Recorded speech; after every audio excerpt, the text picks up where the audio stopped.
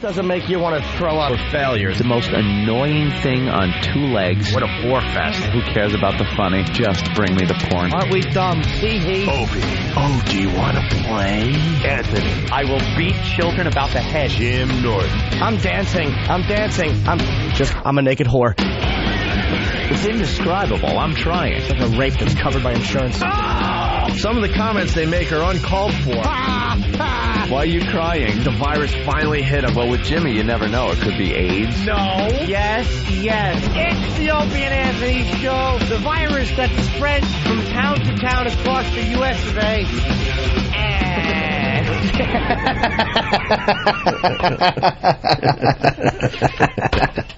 I hate you. But enough of this palaver. Let's get the show on the road. Ring, ring, ring, ring, ring, ring, ring, banana phone. Really? Daddy Porter!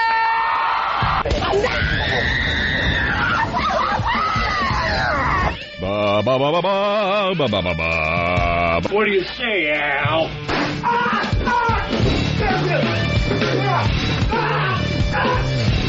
Show me with your mouth. Show me with your mouth. Razzle dazzle. Ba ba ba ba ba ba ba. I am Asner. Ba ba ba ba ba ba. I am Asner.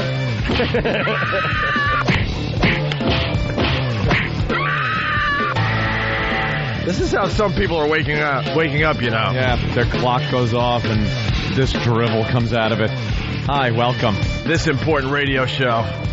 Very important. Oh, God. The most important radio show in America. Ever in the history of radio. Ba, ba, ba, ba, ba.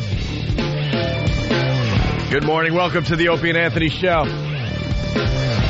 Hi. The ONA virus spreading across America and spreading throughout my lungs. I was trying to keep your spirits up yesterday when you said you thought you were sick or getting sick. I'm like, no, you're just sleepy. I've been skating through this flu thing like, you know, everyone getting sick around us, and I'm just dodging the flu left and right. Ducking, bobbing and weaving. Sure. Little rope-a-dope with the flu. And then late last week, I had to say it. I'm like, you know what? I don't think I'm going to get the flu this season. You jinxed yourself. I'll tell you why, because just about everyone that works for us has had the flu. Ant doesn't count because he's like a cyborg or something, and he's bizarre. He gets sick like once every 3 years. I am Asner. And then you got Master Poe. He got sick. Then Tom Chiusano was sick last week. He took some time off. Steve was sick. All around me. TB ward we work in. All around me. My girlfriend was sick. Family members sick. And I'm just weaving in and out. And then, of course, I think it was Friday. I said, man, this flu thing, I think I might get a pass this season. No. And I've been, like, doing the soap religiously. Oh, washing your hands like a maniac? Oh, like crazy. Wiping down surfaces. Because I was reading an article like it, you know, somebody has the flu and they're in a hotel room and they just use their doorknob. Yep. You know that the flu like lives on that doorknob for like a day. Can't be that long, can it? That's what I read. I don't want to. I'm always reading, always getting knowledge. That's what I read. Feeling better though. I woke up this morning and the phone was right there. And I said to myself, I'm calling Ant. This is stupid. Can't. Too many people know when we take off. Huh? Too many people know, and, you know, we can't take off. It's not like a real job. You know, you call your boss, I don't feel good today. Yeah, I'm not coming in. Okay. Well, feel better. We'll see you tomorrow. Click, and that's it. They never believe the guys at work kind of know, but for the most part, that's it. Here, it's like, where is he? Speculation thread. They didn't show up. I think it was because the bit they did yesterday, they got in trouble for and shut up. Ant went on a tear yesterday. I was the biggest cranky little whiny mess yesterday on message boards, on emails to Tom, I was just, everything I typed on my keyboard was caustic. I was just mad. Just pounding away. Yeah, hitting the keyboard hard, just all angry. And I think it's because I decided to put a new network router in my house, and it's just always, it doesn't matter how simple installation. I know what goes into putting a network router in. It's not that big a deal, but I can never just immediately, right, like they say, hook it up, get everything working on a secured network, secured wireless network, so no one driving in front of my house can log into my system, to secure it and have it work where I'm file sharing and everything through my PCs and my Macs and everything working fine. Sure. I finally get it done, and, you know, I change the router and try to do it over again, and, you know, coming up with the MHC numbers for the security and everything. I was livid. Hours later, I'm just going, why? Why? And then I decided to take a little break and read some of the message boards and check emails, and that makes me even more livid. Oh, the latest one is they're convinced that we're in cahoots with American Idol. Ew. Dude, this jackass. It's posts like this where I say, once again, eat your own, especially when it's obvious that someone is just trying to be a, you know, They were a buzzkill. They were. But it's that one guy. What are you going to do? First of all, you can't ban him. You can't throw him off. He just signs on under another thing and then starts bitching about being thrown off and that. But the other people kind of jumped on board and said, dude, you know, what's your problem? He posts about American Idol, and he doesn't like our American Idol conversation. Fine. I got no problem with that. And this is where people say, and I even posted this, this is where people go, those guys can't take criticism. Because, you know, I said I didn't like the American Idol breaks, and I get jumped all over. No. You could not like anything on the show. It doesn't matter to me. We can't take stupidity. It's opinion. It's objective. It's subjective. It's one of those things where some people will find it funny, some won't, and there's no right or wrong in that. It's just your taste in things. But then read the post. You'll see what I wrote. I just strung together. Writes about how he's right that it sucked. The breaks that we do on American Idol. And then how we're in cahoots through, I guess, Tom Chiasano and the sales department here with American Idol to talk about it. They make us talk about it, and it's some kind of payola thing. So now not only is he blatantly lying, he's accusing us of being criminals and accepting some type of payola money for mentioning a TV show. First of all, he doesn't even understand how payola works. So I told him to stick to squeezing the handles at gas pumps and leave everything else to everybody else. And then he informed me, I don't pump gas. I'm an exterminator. And then I implied that he was breathing in too much insecticide fumes because he's retarded and he got everything wrong. And it's those posts where it's like, well, no, I'm right. It's like, no, you're not. You're not right. We're talking about a show that did 35 million people. Yeah. It's a popular show. We like to talk about things that maybe the audience is into. And we're not discussing it like, hey, seriously, let's get into American Idol. What did you think about that? We're goofing on it. We're doing it in our inimitable style. We give it our own little, of course, angle or whatever. Little twist. Little twist, sure. But then the same idiot will turn around, or idiot cohorts on various message boards will turn around and go, those guys, man, you see? Just can't take a little criticism. That's not called criticism. So I told him to do awful things with his mother's awful parts. we made fun of the contestants on American Idol. It's also clear with them first. It has to be cleared. Yeah, they say it's okay. Through Tom, because the money that American Idol spends for us to talk is just huge amounts of money. Douchebag! And if the guy would just listen to the radio show, all his questions would be answered. We actually... All of them? We're not in with American Idol on any level. We're not going to get any American Idol contestants unless something drastically changes, because Jay Moore and Anthony called the publicist for American Idol the C word. Yeah. More than once. So how can we be in cahoots if we're calling her the C word? There's no cahoots. During our Taylor Hicks interview last season. No cahoots at all. How can we be in cahoots? Cahoots. Are you kidding me? I just want to say cahoots. Cahoots. It's a cahoot. And we do give it our own twist, man. Talking about that poor girl's father and how we want to beat him up. See, what other radio show's talking on that level? That had nothing to do with American Idol. That could have been any girl on any TV program, reality show, anything doing that. But you know, it's the guy worded his post like we were doing Z100 breaks on American Idol. Right. Let's hey, we're going to take your votes. Who do you think ought to be voted off? So he is like, if the powers that be, I believe that, yes, that was on WhackBag, want to just spank him. Make it so when he logs on, it goes to that endless loop of male porno and just keeps going and loads his computer up with it. Blank cave. The guy just blank cave me off. pictures. Blank cave pictures. Just a cave. and gaping and whatever other pictures of male parts, just send it to him. Keep sending him those. Fill up his inbox with the worst male pornography you could possibly find because he's a douche. There you go. Let's say hi to... Whoa, what's going on? Okay. Dave in Riverhead, you're on the Opie and Anthony show. What's up, Dave? Hey, what's happening? Hey, Dave. 3,000 people walking around poking homeless people today. Do you know that? Yeah, it's Poke the Homeless Day today. Yeah, we're counting the homeless today. Yeah, they're counting them. They're trying to figure out. They wait till the middle of friggin' winter to see how well their get rid of homeless or help homeless people. They're not helping. Campaigns are doing. They're not helping. Here's what goes on, and I found this out because we had done the homeless shopping spree, and they were counting their homeless in Boston. And really fast, why do they do it in the middle of winter? Why won't they do it in the middle of summer when there are more homeless people out on the streets?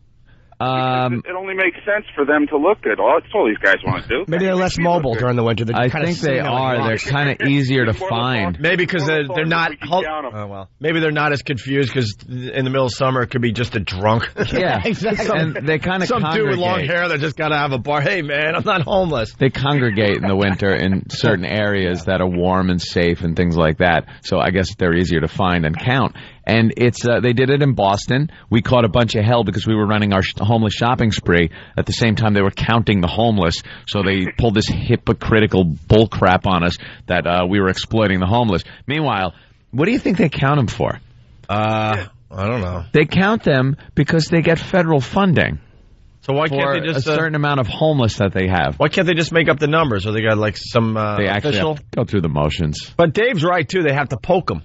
Yeah, you got to make sure it's homeless and not just an empty sleeping bag. Or a dead homeless. Dead homeless doesn't count. No. I would count the dead homeless guy. You got to poke it to see if there's any life, and then you add him to the list. You get your money from him. And add him to the list of the less fortunate. So he's dead. He died later. The less fortunate.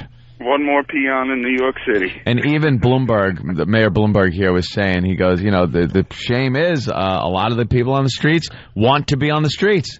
He goes, we'd like to help them. But he goes, they don't want to be helped. Where's They're the on shame the streets, there? and that's it. That's what they want to do. They just want to live on the street. So we know more about the homeless than probably the mayor of this city.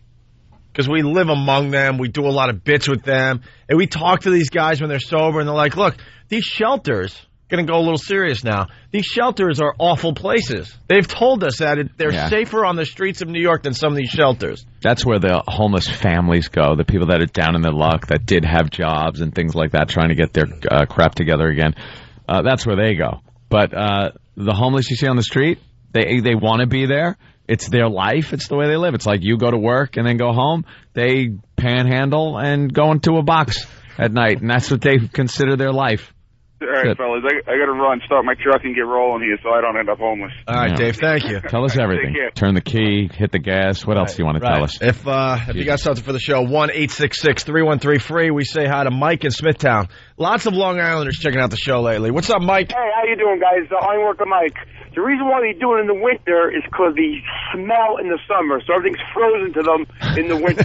The homeless do smell less in the winter outside. Exactly. You don't pass by a little alcove and smell the homeless. Yeah. Oh, there you go. He's got a point. All right, guys. So love the show. See you later. All right, thank you, Mike. Yeah, they're probably in little warm areas in the winter. They're not going to be just spreading around all willy-nilly being homeless. Just all over the place, scattered about. Laughing. Yeah, it was creepy on the news. They had some girl with like just like a clipboard and a pen, and one guy's poking a sleeping bag outside of a church or something, and she's just like making check marks. Yeah.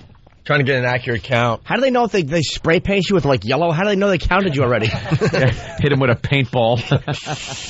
What are you doing? Giving you dignity. You've been painted right on their face. Yeah. You've been pawned. This stupid big beard. A big B for bum. You are a bum. Hey, we got one of our homeless bits we can play today as we go to Homeless. break. Yeah, Jimmy's back from Sacramento. We'll get an update on what's going I on want to out hear west. what's going on in Sac. And I want to talk about the stupidest woman in New York. Oh, yeah? Wow. Oh, Hey, that's a great tease. We'll do it next. I have no idea what you're talking Trying about. to think of who it could be. All right. Regurgitated, yes, as we go to break. It's the Opie and Anthony Show. Check this out. From Stinko Records, it's the new collection of covers from America's favorite derelict. I'm the original Golden Bunny. Tippy Tom, Regurgitated. Tom Jones. It's not unusual to be in love without words. He's drunk, smells like feet, It's not unusual. and he's forgotten most of the lyrics. Tippy Tom, Regurgitated chews up your favorite pop hits She's a lady. Whoa, whoa, whoa, she's a lady. and spews them back out dirtier, grittier, and stinkier than farts and old beer. But the lady is mine. Or something like that. From your favorite haunting melodies Riders on the storm. Something like that. to your most cherished classic rock cuts. Come on, baby, light my fire. Tippy Tom hunkers down and craps all over him and refuses to wipe. Trying to set the night on fire. And if you act now, you'll receive Tippy Tom's tribute to the town he calls home. I've been stuck on Frank Sinatra. Start spreading the news. It's Old Blue Eyes I'm leaving today. meets Old Crusty Eyes. I'm gonna be a part of it. New York, New York. It's a sappy salute to the city that broke his spirit, crushed his dreams, and left him strange men for cheap wine in the Port Authority bus terminal. If I can make it here, I can make it Tippy Tom, anywhere. Regurgitated. It's up to you, New York. New York. That's my vote. Wrapped in a special carrying case, brown in the back, yellow in the front, just like Tom's underwear. Call 1-800-NO-T-CELL right now for your copy of Tippy Tom, Regurgitated. Any more requests? Hear what everyone else is talking about. O&A Uncut and Live, continuing the show on XM Satellite Radio starting at 9 a.m. Eastern. Visit xmradio.com to subscribe. It's the Opie and Anthony Show. The Opie and Anthony virus. Are you ready? You're checking out the Opie and Anthony Show. The O&A virus spreading across America. Thanks for checking us out this morning. Before we continue, a quick sing-along.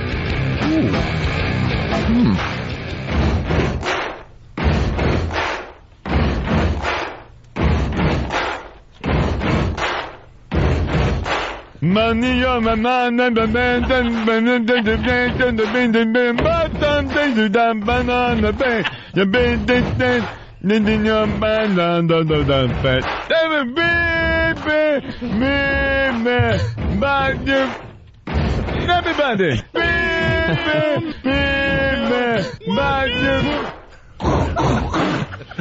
That's why we get the big bucks.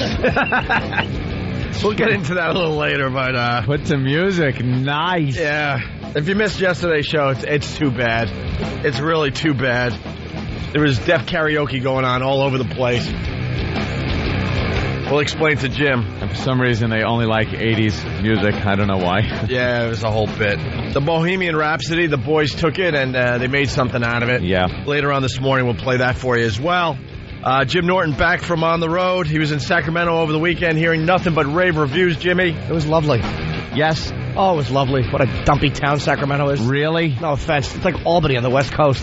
Oh. Kind of just depressing and silly. Sorry. They have nothing to be proud of. Oh, certainly don't. San Francisco's so close and Yeah. so much better. It's just in the middle of nowhere. I drove through Sacramento going to the West Coast when we had our time off, and he is right. Oh, yeah. No reason to stop. That's what I did. I think I found a Starbucks. Through it. I found a Starbucks because I needed some coffee to stay awake. That's what they were good for. I had to pick up a fire truck with my father. Yeah? In Sacramento. Why were you guys picking up a fire truck? Well, there was this thing my father was involved with. Many occupations, you know. He never held a job. Boy, here we go. Never held a job too long. Yeah. And one of his occupations as a welder was he was putting together these things that went on the back of these fire trucks where the fire department could fill the oxygen tanks on site. So if there's a fire and they need a lot of oxygen, they could fill their tanks on site. So they had these, you know, you got to fill the tanks in water. So they had this whole rig that was put together and went on the fire truck. And there was a prototype fire truck that he had to bring down from Sacramento all the way back down to Capistrano, which is like between San Diego and L.A. So he goes, you know, hey, take a ride with me. So I'm like, all right. So we drove up in a rental car and then drove back down in a fire truck with him driving, of course drinking, and like half an hour into the trip, we're like drinking beers, and the sirens and lights are coming on, and we're just zooming down, going over what they call the grapevine out there, you know, and just like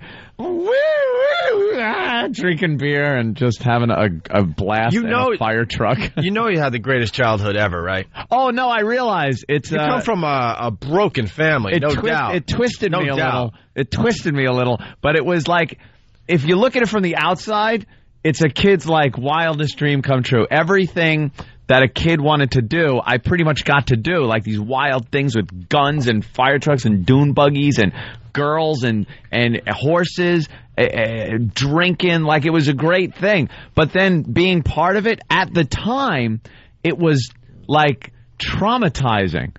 But, you know, now that I'm an adult and can look back on it, it's like, wow, that was a childhood. You know, that was like a wild childhood. Yeah, Anthony was shooting guns at, 11, 12? Yeah, like hunting. Lost his virginity at 13? Yeah. To a girl that his father brought him. Well, she was a friend of the family. She was 19. I told that story, by the way, over the weekend. Did you? Oh, God, huge laughs over your horrific upbringing. When did you realize that when did you realize you could get away with anything with your dad? You know, it was weird because his priorities were so screwy that I couldn't get away with everything. Like, I could do things that were just, you know, he would let me do things that were ridiculous. Wait. Like, here, stay on this bull for 8 seconds, and you can drink a beer.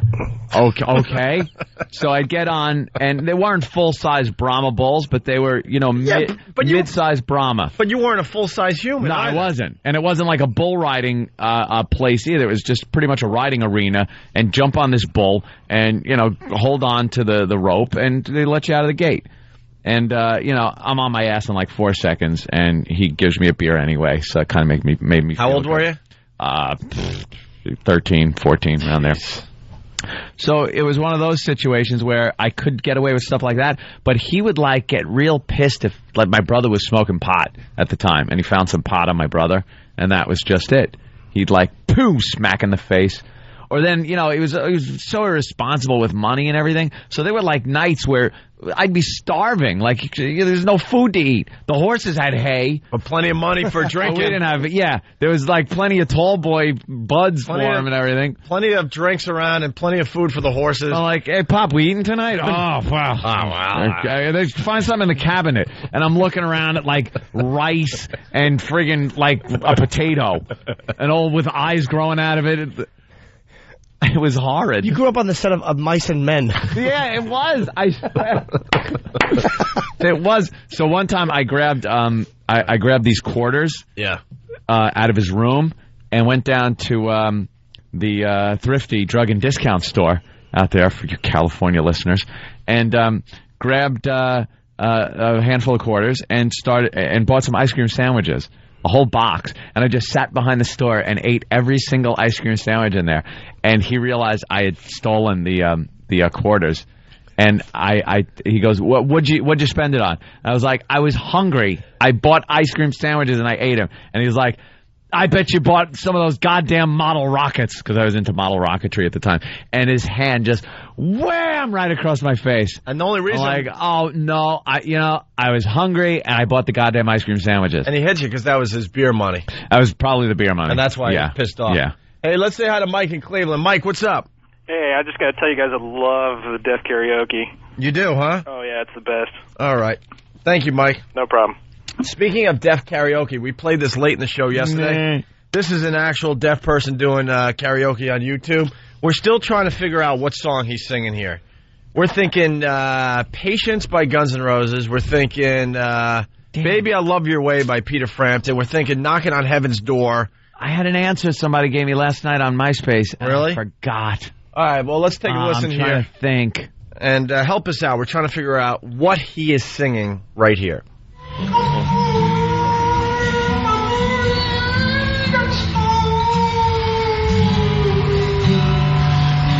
Guitar sounds so familiar.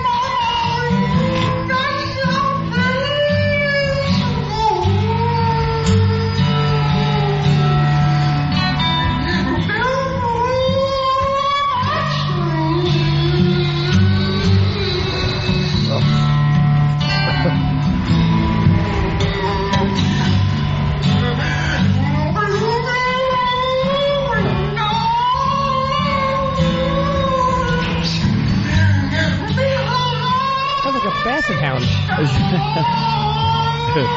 Chasing prisoners.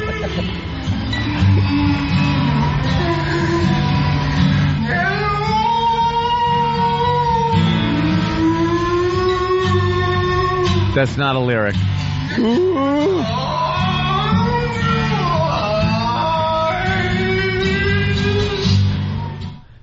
See, that's not. Those aren't words. It has to be words for it to be a song. I have no idea. It sounds a little bit like Knocking on Heaven's Door, the guitar work, or a little Patience by Guns N' Roses. But we're trying to figure out what he's singing there. Is that a goof or is that somebody really singing? No, that's really deaf karaoke. It's deaf person. By the way, we got 2 dentists that will give people Novocaine for our deaf karaoke day. Ooh. We're doing deaf karaoke day. We're numbing up some tongues and some lips and some mouths. Just numb up the mouth and have them try to sing. Oh, hysterical. But 2 dentists actually got a hold of Steve and said, yes, I will come in. Yep. And I will do the Novocaine for you guys. Speaking of Sacramento, I forgot. We got to say hi to the POWs. What? Well, we have PES. O&A PES. We all know about the PES. They're like hardcore fans. Yeah. Some of them are Uber fans. Yep. Because they like that term, too. Uber fans. But now there's POWs. Pests of the West. Or Pests Out West. Pests Out West. Pests Out West. Whatever it is. It really kind of downplays what the real POWs went through. I feel the real POWs are downplaying the importance of the pest. But I guess there were like 50 or so at your shows over the weekend. I did see a lot of fans came. This one was Zero I actually recognized one guy from his picture on WhackBag. Right. Wow. You posted on WhackBag, didn't you? He goes, yeah. I recognize him from the how'd you do that? You see some of these guys and you go, wow, you're famous. Yeah. They introduce themselves. I know you. Like, oh, wow, you are a fat guy. I thought so. But they're giving each other numbers, and there's an organization out there called Pests Out West. Pests Out West. So there you go. Just want to say hi to them because they went to your shows. A lot of them went to your shows there, Jimmy. Let's say hi to 33 Across. Hey, boys, that deaf guy sounds like he's singing Wild Horses. Yeah, someone suggested Wild Horses yesterday. We got another one guessing Knocking on Heaven's Door. Yeah, the guitar is pretty generic. Like, it could be a few songs, and you cannot tell one thing from the vocals, except maybe somebody's taking a pair of pliers to his nether region. That's what you would sound like. That's what any normal man would sound like if pliers were applied to that area and twisted 180 degrees. Let's go to Steve in Yonkers. Steve. Hey, what's up? I thought maybe it was Behind Blue Eyes, sung by his dog. Behind Blue Eyes by the Who? behind blocked ears. All right, we're trying to figure that out. I don't know if we're ever going to get the answer because it's just so unrecognizable. Does he even have ears? Why doesn't they should take them off when you're born if they're not going to work? Just spackle them over. The Hells Angels story. This is the stupidest woman in New York. Yeah. Dolt. A drunken woman celebrating her 52nd birthday was beaten into a coma as she tried to push her way into the Hells Angels clubhouse in the East Village. That's what you do. You try to push your way into that place. That place, by the way, not many disturbances go on over there. None. It is a very safe area. The Hells Angels take care of that area. Neighborhood watch. Know what they call shenanigans going on. That's a hell of a neighborhood watch. Kind of like John Gotti's old neighborhood. Exactly. There was no crimes in that area. No one's None screwing whatsoever. around. Same with where this club is for the Hells Angels. They take care of the neighborhood. And that's because that street right there might as well be the main street in Deadwood. That's how justice is carried out. Yep. There's no real law. It's just whatever they feel they have to do to keep their street the way it is, they will do it. Would you ever try to get into a Hells Angels club? If I was invited, I would very cordially turn down the invite. Well, yeah, because this story gets really good. I mean, I would maybe at the best just, guys, can I come in? No. And then I'd walk away. I'm really not part of that whole thing. I have a complete respect for those gentlemen, but I'm not like part of that mindset. As soon as they say, go away, you're out of there. Yeah. Well, this woman... this is great. Listen to this escalation.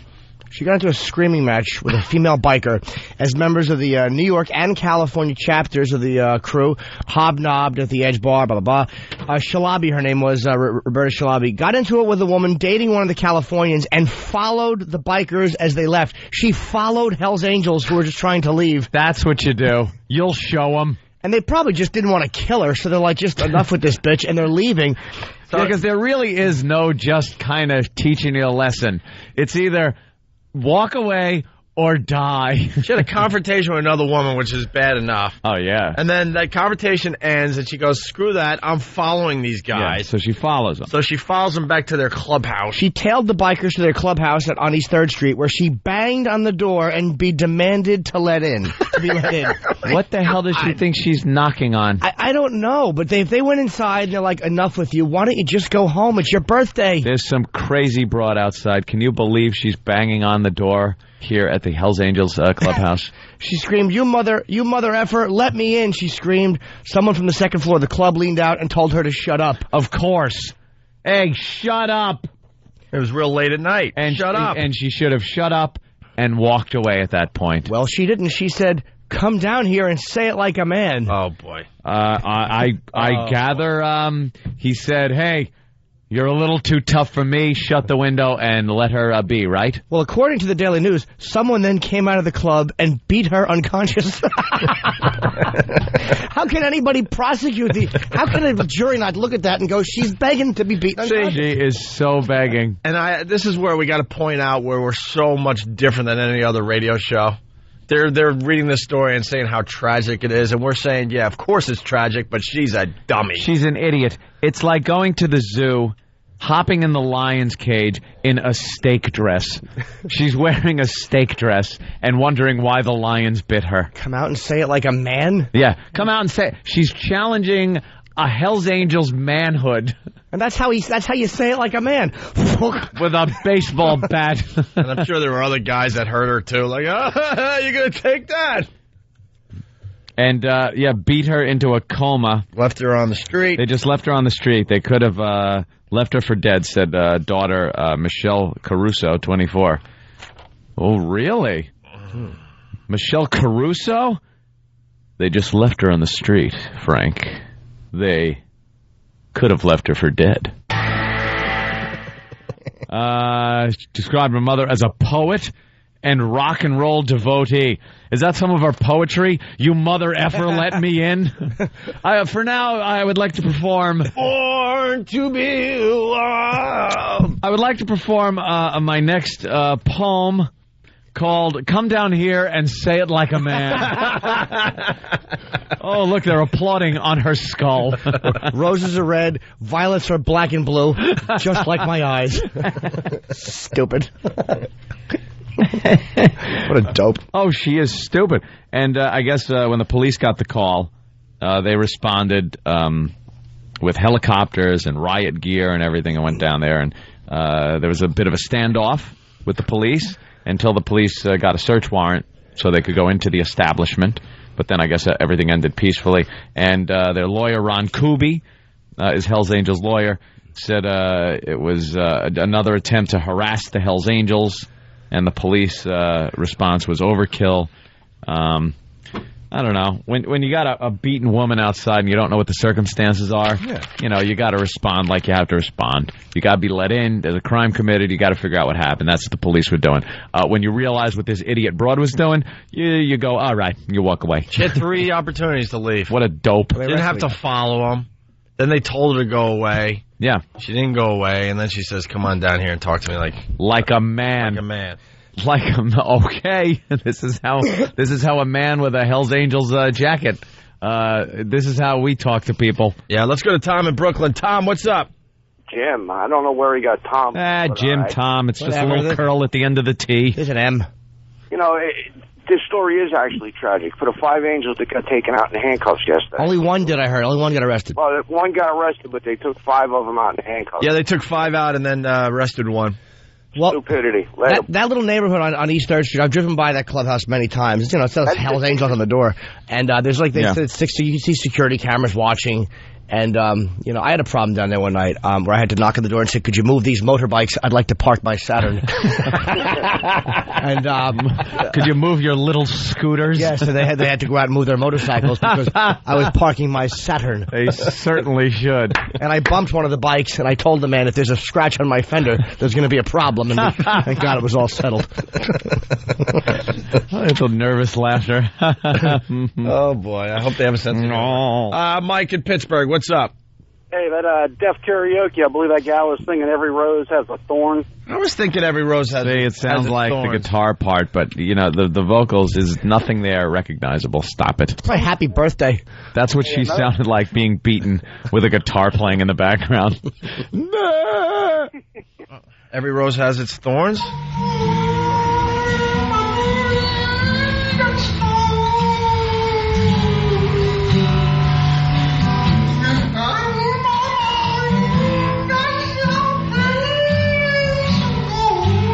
Maybe he's doing the guitar part.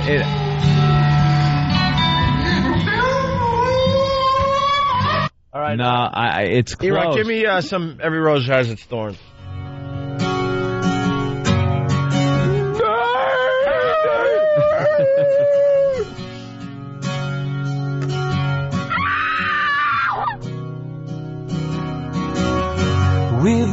All right, we don't have time to go through the whole freaking song. I wish he would bang on the Hells Angels door.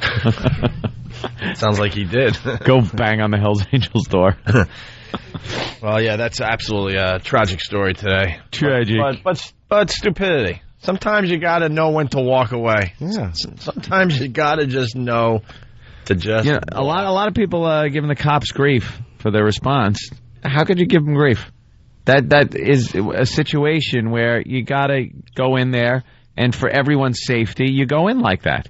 That's Anthony Cumia talking. No, I'm just saying. I'm not saying bust up the joint or harass people, but for both parties' safety, you have to cuff certain people. You don't arrest them. If need be, you do. But, you know, some people have to be cuffed for their own safety and for the police while they get to the bottom of things. And, again, this woman sounds like she's an idiot that should have walked away.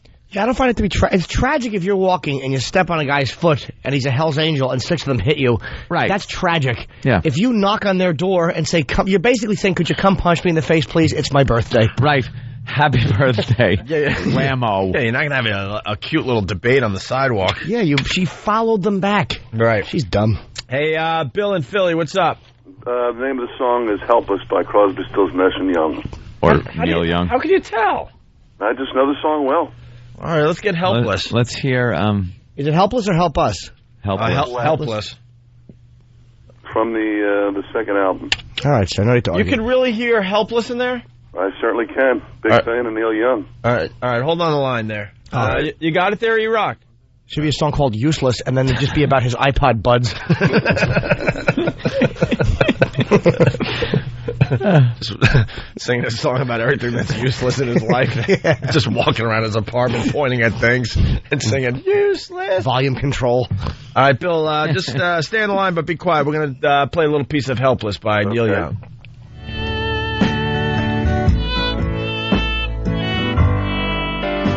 Sounds like the singing, too. By the way, Bill, what part is he singing? The chorus.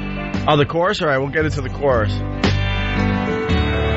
There is a town in North Ontario. Dream, comfort, memory, despair. Love Neil Young, by the way. It is good. In my mind. Yeah, it would be nice to hear these songs when he's in concert, but you won't. All my changes were there. Here we go. E-Rock song Useless. Blue, blue. Get to the chorus. Second little verse. Yellow Moon on the Rise. Yellow moon on the rise. Big bird flying across the sky. Here it comes. It's coming. Here we go. Na, na. Throwing shadows on our eyes. Leave us helpless, helpless, helpless. Hearless, hearless.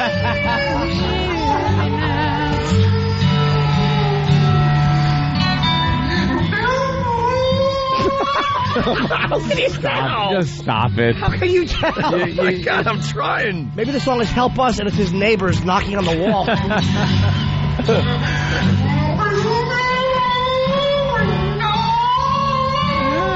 You know what? Bill might be onto it.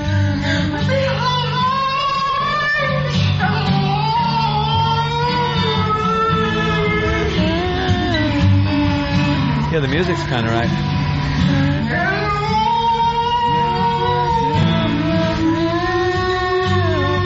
It's kind of there. But this guy's a terrible singer. He's like singing when there's nothing. Might be. Hey, Bill, you might have figured it out. The music is right. Yes. Yeah. The vocals, sorry.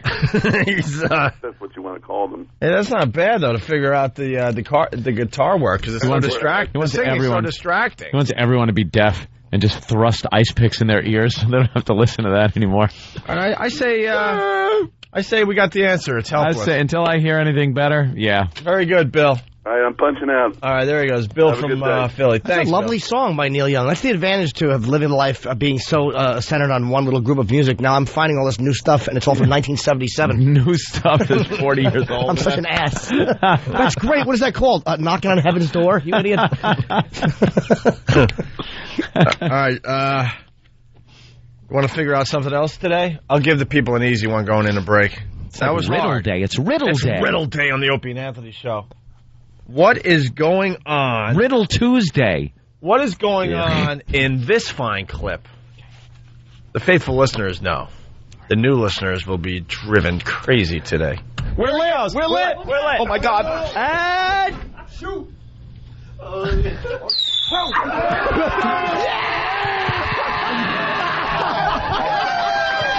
Yeah! Oh my God! It was beautiful! It was beautiful! She fired a bottle rocket! Yeah. That was a good one. Taking it right to the edge today. A bottle rocket. Hey, do we have that video anywhere? That was like the Mission Control's response when they heard the eagle had landed. Jesus. It's a bottle rocket, people. We're all, yeah! Tears coming out of our eyes, patting each other on the back. Smelly bottle rocket. We took it right to the edge, didn't we? Al. Okay, Al. What do you say, Al? Hey, we okay, Al? Okay, launch the bottle rocket. We faded just in time, right, Al? What do you say, Al? What do you say? Hey, is that video up? All right, you're going to get some hits today there, Steve. Yeah, it's up on opieandanthony.com. The answer to that riddle is up on opieandanthony.com. Classic. And we will continue. It's the Opie and Anthony Show. The Opie and Anthony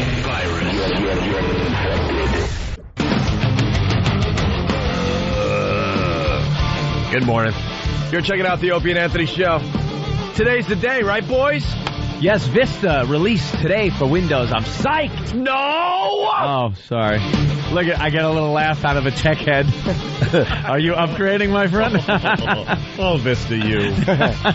He's becoming a regular. Yes. Louis C.K. in studio. And today's the day. Lucky Louie on DVD, man. Yes. Go out and get it. Go buy it. It's in actual stores. Absolutely. That's very exciting for you guys. Extras. Commentary. Yeah. Oh, yeah. Nice. Yeah. I handed out 10 to my friends over the weekend. Oh, good. I hope you don't mind. Oh, good. 10 people that aren't going to buy it now. No, they would have. Yeah, they would have bought it too. They would have. There you go.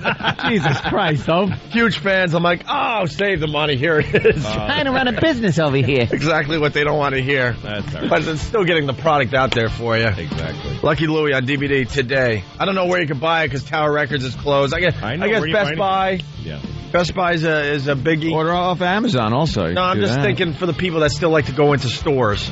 There are people like that left. They're called old people, Circuit by the City way. probably, right? Yeah, Circuit City. That's a store I still go into. Yeah. Very few stores I actually go into these days. I do all my stuff online, but Circuit City I will go in. Place like Best Buy, I'll go in there because I like just looking at I like the smell of new electronics. Yeah. I just go around sniffing the electronics until I get chased out. You guys talk about Barbaro, stupid Barbaro? I was just about to say, we try to keep everyone informed because they're just waking up. And the story today is about a horse. Today's top story is about Barbaro. Poor Barbaro. We got soldiers dying every day in Iraq, but they're making a big deal about finally putting this horse to rest. Well, they kept him alive probably a lot longer than they had to, just to get as much studding out of him as they probably could. Some guy with a big glove. That's what we. I know. Totally talking about it. They kept him alive for 8 months ago. 8 months ago on the news. And you know what? His injury, they should have put him down that afternoon. Apparently, they played the clip of the beginning of the race before the race even started. He had bashed through the gate. And then they backed him back into the gate, but apparently it had already injured his leg. And then when the race started, he just completely screwed it up. Yeah. The ankle just went, whatever they call it, in the back. And on a horse, so many joints back there. Knees bent backwards. Really creepy animals. And he wound up screwing up his leg really badly. But they kept him alive. And a lot of people wonder why.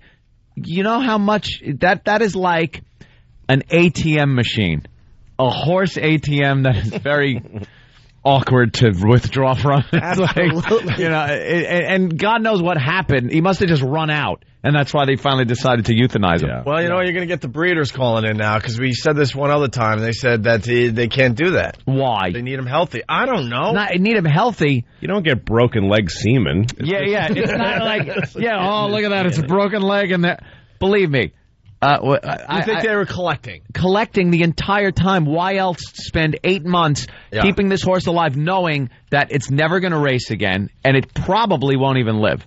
It seems like an awful thing to like. I enjoy hand relief myself. Who doesn't? But if people just walked up to you at just random parts and they just started tugging, hey, okay, not exactly now, perfect. Okay, all right, I'm hard now. Especially imagine if you're in the hospital in a cast and your leg's in traction. Exactly. And you're just like, all right, well, come on. What's up? Right. You're not making it. Here comes Tom. You have info on this? I have info on this. Oh, all right. Thoroughbreds cannot be artificially inseminated. They could not withdraw any semen from that horse and use it. It has to be natural. Why is that? I don't know, but that's the That's rules. part of the rules, right? It's the rules. I thought it was That's what some it was. biological thing. No, those are the rules in thoroughbred. So they were trying to get it healthy enough so he could do it the natural Exactly. way. Put him out Other to than that, he- stud. Yeah. Right. Well, they probably still collected just to sell for other things. They just can't use. They would genetically manipulate, probably. I don't know. Dip. I don't know. What are you selling it for, you idiot? People to make horses like him, even if you can't have thoroughbreds, at least you can have a horse like that. If you can't race, you can still have it. And who's going to know in the end if they, That's a really big justification. did it artificially? That is true. The horse's thing. How do you kind of know at night, Do they do DNA testing on them? I don't know. Probably. Perhaps. I just know that's the rule. That's the rules. I was reading that yesterday. Wow. So, Tom, with some pertinent I want information. you to be factually accurate. I will. Did you read my email? Not yet. Oh, okay. How are the braces? Working enough? Yeah. Awkward still? Yeah, it's definitely awkward. Yeah. Kind of weird when the boss has braces. You have braces? Yeah. Wow. Yeah, closing in on the big 6-0 and got braces. Are you in your late 50s? Yeah. That's cute. cute. I'll be 60 this year. This year? Yep. We got to throw you a party, huh? Oh, yeah. If we're still around. All right, thanks, Tom. Still around. Yikes. Speculation thread. Whatever. Did Al dump out of the boss saying what he said? Oh, I'm sure he didn't. How great would it be if we got an FCC complaint because of Tom? What do you say, Al? What do you say, Al? So they got rid of Barbaro yesterday morning. I can't believe it's on all the news. It's a stupid dead horse. Yeah, it's just one of many that die racing. I went to Belmont the first time. I used to bet at OTB because I had a job next door to an OTB, knocking tin, True Mechanical, another air conditioning job. Worked in the shop every day. We would go to the place next door called Doubles. There's a bar called Doubles because you bought one drink, they gave you two. Nice. So we'd go to the bar for lunch. Now, meanwhile, we're working in a shop, a sheet metal shop. So we're handling what amounts to 8-foot by 4-foot razor blades and machines that cross kink these things so it could take a finger off in a second. Sure. Every machine in there could just shred you. And we would go to the bar for lunch and just get tanked and bet on the horses. We'd go to the OTB next door and spend all of our like $350 a week that we made betting on the horses and drinking at the bar and owing the deli money because we couldn't afford to pay him that week. It was just an awful, awful situation. Well, all those places are owned by the same guy.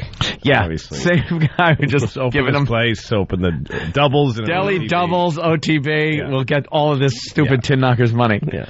And I bet on the horses and decided one day my brother says, let's go to Belmont. Belmont's opening day. Let's go down there. So I go down, make a big bet. It's my first, because everyone told me the first time you go to the track and bet on a horse, you win. It's just this beginner's luck thing. And it really does happen a lot. I've seen it happen. Went down there, bet on a horse. This horse is in the backstretch, and I see like a puff of dust from the track. And I'm looking for my number. Nothing comes around. He just died in the backstretch. He actually died. Actually just died.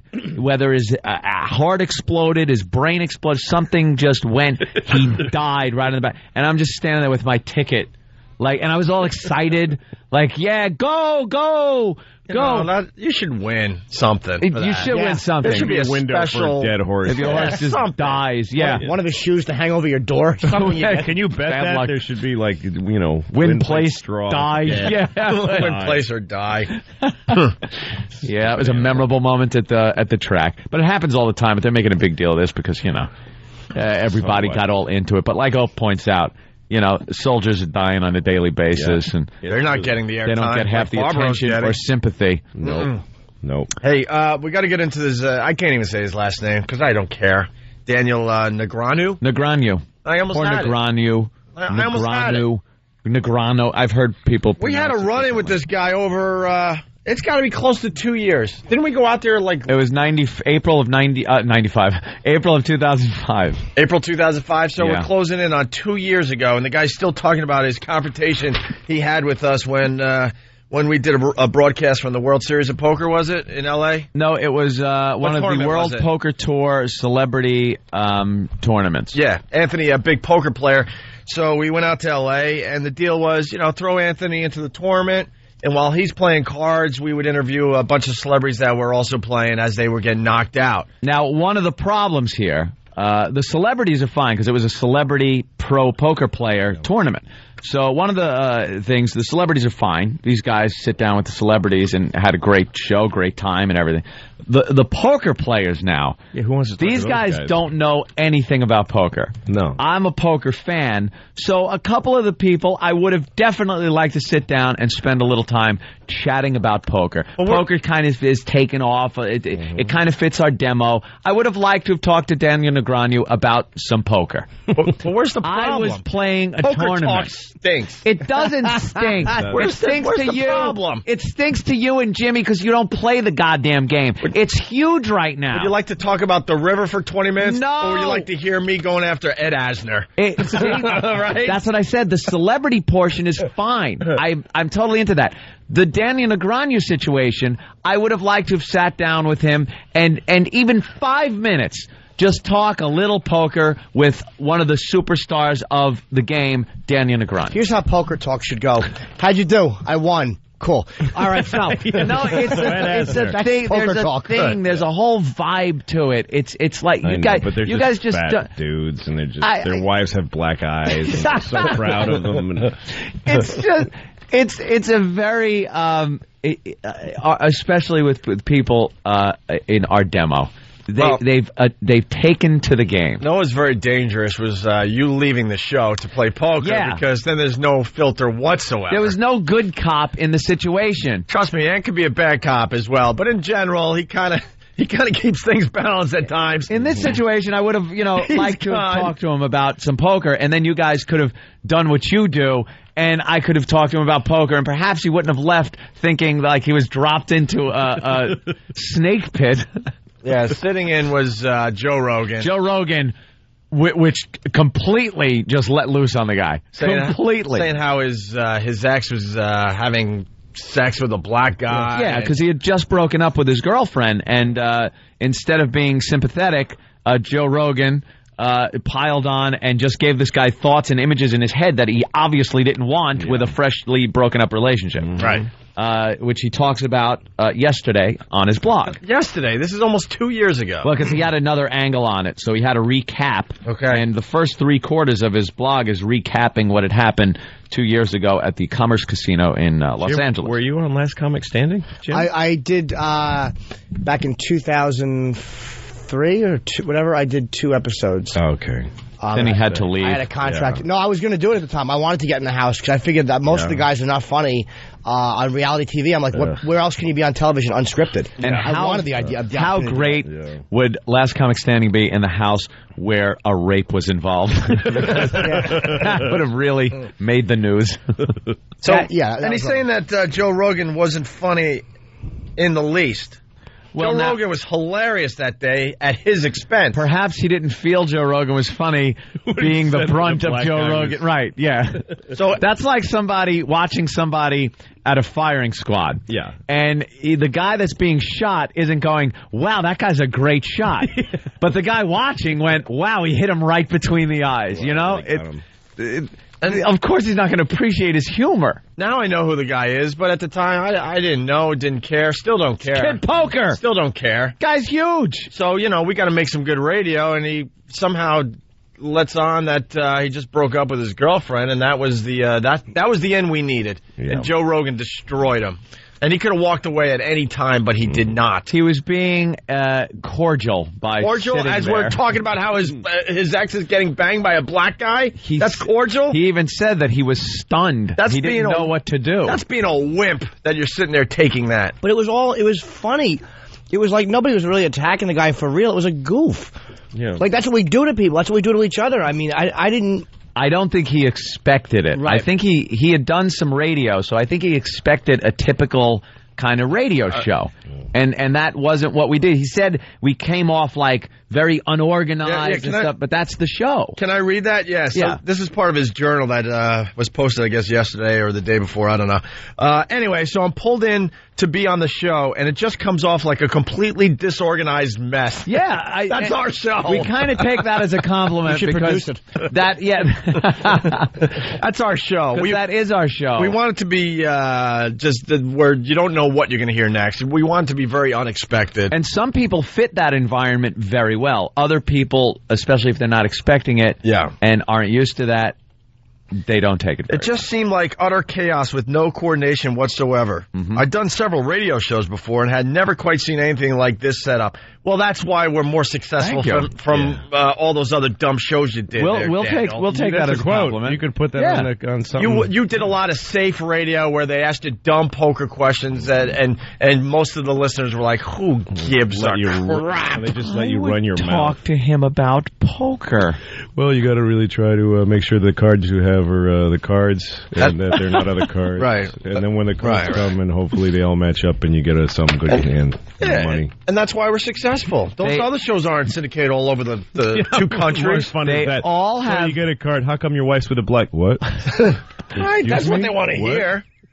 And Joe Rogan brought up a very interesting thing. You know, people break up with girls all the time, and then do you wonder if they're banging someone? You do wonder, but you don't want a guy 2 inches from your face yelling that a black guy is having sex with your freshly broken up girlfriend. No, I think you can defend that from it was funny, but not like, hey, it's a legitimate question. A fellow loses his girlfriend. Is she with a black guy? It was funny radio. You meet a poker player. In our world, it seems normal. I think that Barbara Walters would have asked that question. Right. I think that, It was funny radio. Everyone enjoyed it, except for the victim of the whole thing, which was Daniel. How could you blame him for not enjoying that? And then Daniel writes, they weren't prepared at all, didn't know who they were speaking to, knew nothing at all about poker, and had no idea what to ask me.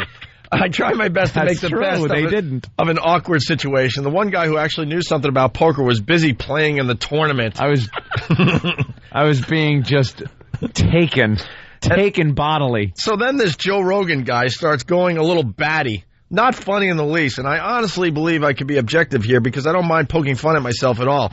He basically just repeatedly cursed and acted like a juvenile. His material was weak, and he masked that by just cursing more. I watch a lot of stand-up, and you can tell when a guy has no material when he overuses fart jokes and thinks that if he just curses louder and louder that it's somehow funny, and that no one will notice that he doesn't actually have any jokes. But he doesn't mention how he was talking about the black guy possibly banging his fresh ex. Well, would you add that in? Well, if you're going to write about it, then don't write about it. Anyway, fast forwarding a bit, he was saying nasty things. Okay, here it is. Nasty things about what became my wife. They're back together? Yes. He got back together with the ex. The guy didn't know me at all. That's why he wrote this now. She made him write it. We weren't friends. You let them say that about me 2 years ago, and you didn't say anything? What are you, a wimp? Oh, jeez. I thought Rogan was funny. Now I got to write this. The guy didn't know me at all. We weren't friends, so it was all just crossing a line. Well, at that point, he should have said something or just walked away. You just don't meet someone for the first time, invite them on your show, and then say the things he said. Oh, boy, then you don't know this show. And that's why we're successful there, Daniel. He didn't know the show. That's true. I didn't have a real problem with anyone else on the show. Jim Norton and I hardly spoke except for one joke he was trying to tell that I caught on too quickly. He was basically speaking gibberish with a straight face and was expecting me to try and answer it intelligently. Remember that old gag? Of course, his question made no sense, so I was like, what are you babbling about? He acknowledged that he was trying to get me, but it didn't work out. Yeah, he caught me, and so I acknowledged it. It was like, for anyone that doesn't remember, I would ask questions like, listen, I mean, you're a poker player. Do you think that, like, a lot of times people will say that if you have more than one queen of a suit, it can be a problem because a lot of other people may not have a river card coming? I mean, is that more accurate, would you say, or less from the time that when you started playing? What? Just like nonsense, and most people try to answer because I don't want to seem stupid. But sometimes you get a hand that, like, they completely don't answer the question, they answer something different. He caught on, and so to reward him, I jammed my tongue down his throat for a couple of minutes. That's how two men celebrate. Fast forward. It all died down and went away until a recent broadcast where they were talking about poker and my name came up. I was then surprised to hear Jim Norton go off on me. I guess he listens to the show. I actually wasn't really offended, although several members of the forum seemed bothered by it. The dude is a comedian, and his job is to try and be funny. In fact, if he truly believed the things he was saying, I'd be surprised. You have nothing personal against the man. No, to be very honest, I had fun when he was on the show. What annoyed me about him so much was the way he went back and trashed the show. It was because to me, why would he read it like that? I didn't take that, even Rogan being obnoxious, I didn't take it anything real. There was no real feeling behind it. There was no, this guy's a douche. And then when he posted, it's a low-rent Stern rip, it's Jesus, why would you Some not people just that say that when you were aren't there? completely prepared for this type of thing react like that. They don't enjoy it, I guess. That's fair, but I didn't realize it had affected him. I was actually very surprised that he didn't have a good time on the show. Why would you get pissed off? I was too, because I actually wanted to get a picture with him.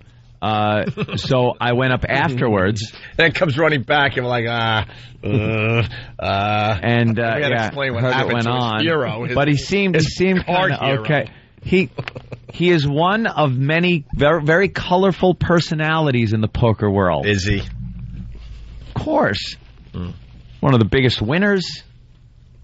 He's very funny at the table. If you ever watch poker, a game that he's playing in, a final table or something, where there's a lot of the poker superstars sitting at the same table, and you kind of know their personalities and what they're all about. Yeah. He's very funny. He does imitations of the guys. He cracks some good jokes. Really? I think the guy's good. Really?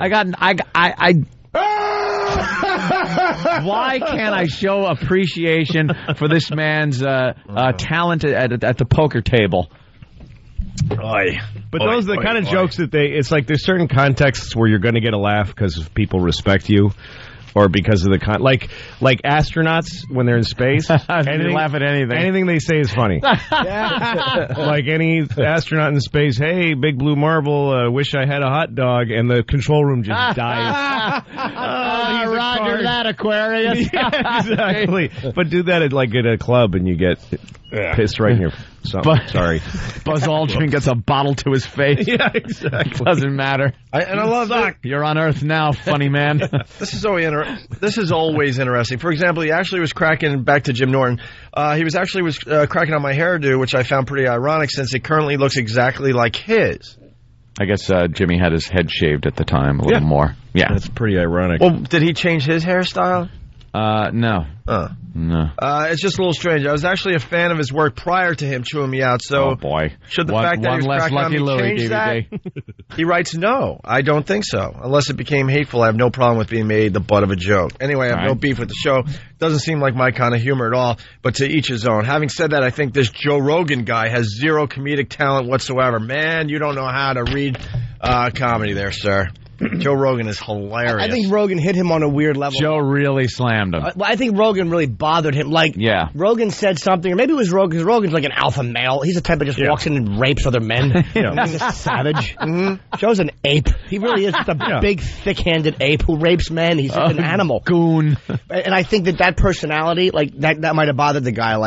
Joe reminded him of something he hated, man. And the last line, if you can make it in showbiz, that is undeniable proof that anybody, in capital letters, has a chance. Well, see, it ends on a positive note. Uplifting ending, right, yeah. He read that wrong. I mean, Joe Rogan is a very, very funny. Of course he is. But there's going to be those people that hate him. I wish I was there for the interview. I think it would have been nice to sit and talk to the man. The best... 2 minutes about poker. The best, Anthony just walking back to the broadcast area going, all right, what happened? He just knew, because we're all laughing like little kids and stuff. Because I'm taking pictures with all the other poker heroes and poker superstars, and then I'm like, I got to get one with Daniel. And it's like, where did he go? Oh, he left. We were in a weird mood that day because everybody we interviewed, we really pissed off. You. Can we get... Yeah. What? You. No, Ed Asner was my fault. Ed Asner. Daniel was Joe Rogan's fault, and I remember one or two other people that weren't happy with our questioning. Do we have the Asner clip? So uncomfortable. All right, let's find the Ed Asner clip. We'll play it after the break. Yeah, he called me the Destroyer. Yeah, and then actual Lou Grant used the F-bomb on you. Oh, yeah. Yeah, we're going to have to clean it up for this side of the, Absolutely. of the show. But Jimmy was there for that. I wanted to die. I was so happy that we got Ed Asner. Yeah. I grew up watching Mary Tyler Moore. No picture for Jimmy. Oh, no. Jimmy got one. I got one of him kissing my head. Yeah. He loved me just because I was kind of decent to him on the air. I was a savior. He loved me. After your destruction, he kissed my head. He did, didn't he? Yes. He looked me right in the eye. I got to hear that because it's amazing to me that guy that old could get bothered by somebody. You think, He's been through everything at that point in his life. How could anything bother him? Yeah. Opie did. It's amazing. Well, he was boring, and I just had to kind of point out that he was really boring on our show. Sure. Right to his face, and he looked in my eyes. Oh, did he wanted me dead. He was not happy with He was not happy. Observation. Can we get that for after the break? All right. Also, yesterday we were doing deaf karaoke. Yeah. It was because of Karen Meyer. We never got to the audio of Never Karen got to Meyer the story. reporting on Crip Slam Sundays. Crip Slam Sundays. Live performances by people with disabilities about their disabilities. So And they got to she's use a their disabled newscaster. Right. Giving you that report. Right, that's where it all began, and then we did deaf karaoke with bad 80s songs, and then we went with some Queen a little earlier, and Patrice O'Neal and Anthony did a fine Bohemian Rhapsody bit. Just goofing around, and then the production team just ran with it. And made it into something. And put music to it. We'll get into that next, if we go into lockdown mode.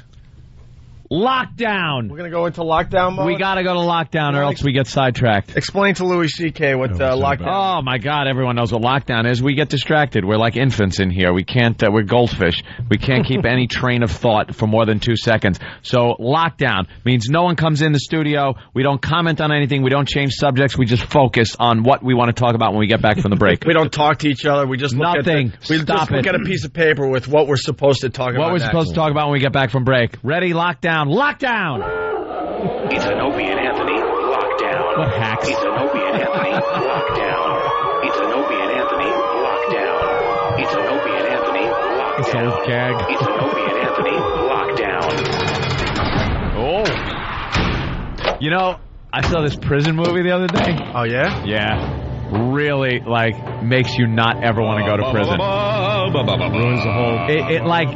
It keeps you out of trouble. It's the thing that keeps you out of trouble. Hot prison chicks? No, it was like guy prison stuff. It wasn't Caged Heat? No, the female prison movies are pretty good. Yeah. They're the old ones. Linda Blair was in Caged Heat, and always portrayed the women's prison like... Wait a minute. What?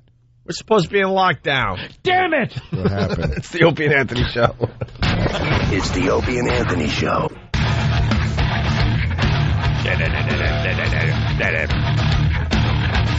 You're checking out the Opie and Anthony show.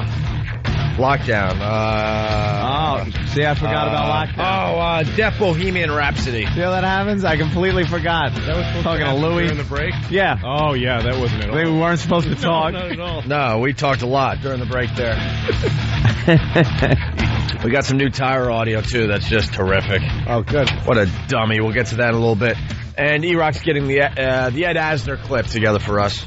Cleaning it up so we make sure. Gotta keep it clean. What do you say, Al? Gotta keep it clean for Al. Some of the listeners don't like the Al bit. Yeah. What's not to like? Go It's just screw. a silly thing. They just try to pick it apart. Douches. They listen and listen and listen and listen and go, yeah, that's it. I don't like that.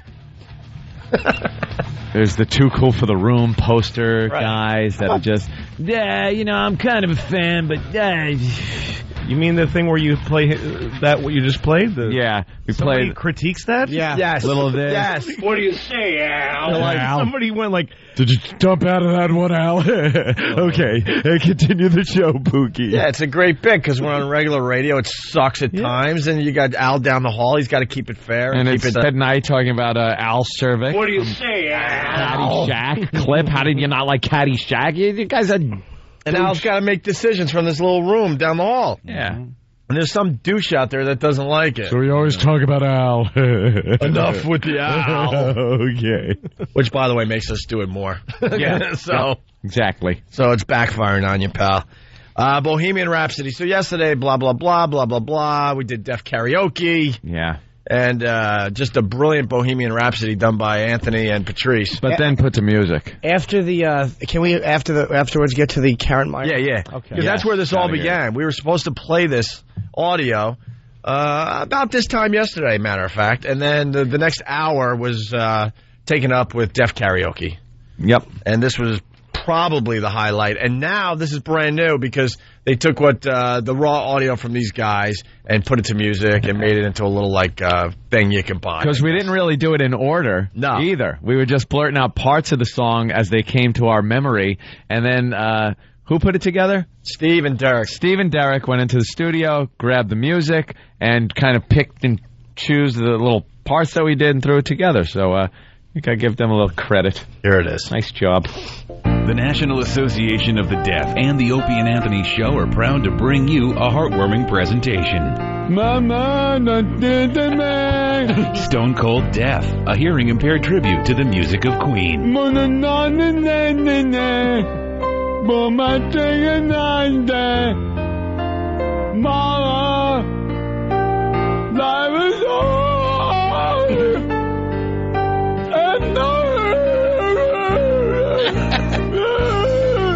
Listen and cringe as a room full of genetic defectives attempts to sing a classic Queen melody and fails miserably.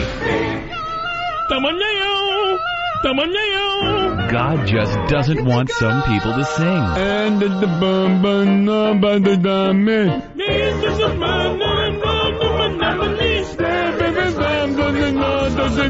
Shut up, cauliflower ears.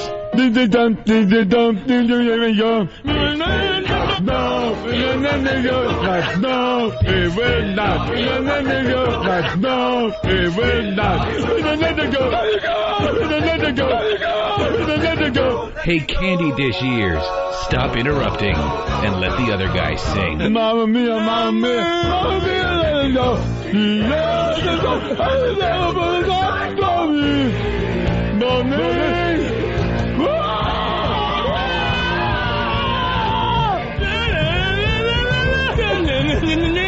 You're gonna wish your ears were busted too after hearing this.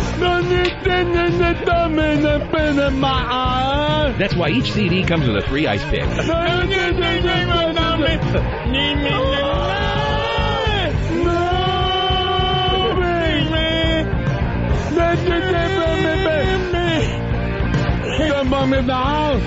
gotta get right out of here. I got to go. Time to go. Call 1-800. Huh? What?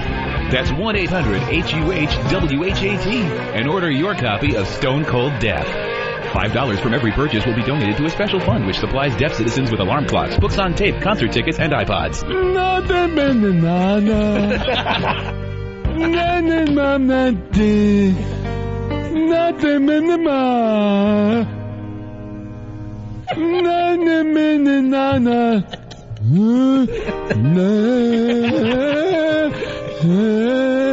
For more information on this compilation or how to get involved in the deaf community, go to www.godstrippedmeofmyhearingandmywilltoliveisfollowingquickly.com.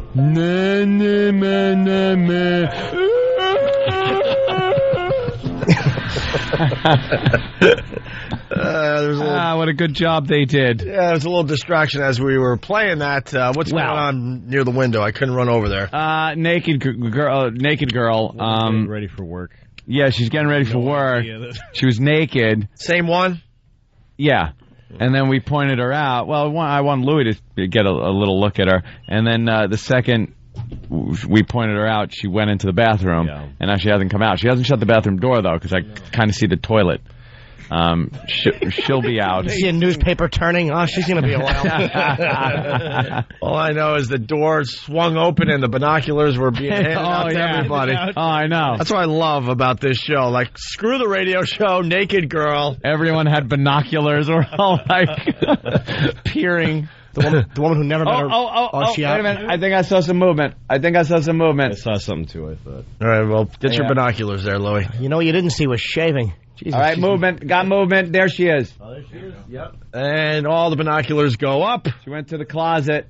She's going to pick her clothes out now and put them on the bed and step back a little from the closet. Has she lost some weight finally? No. She's on the bike every morning. What is she doing on the bike? There she is. See? There she goes.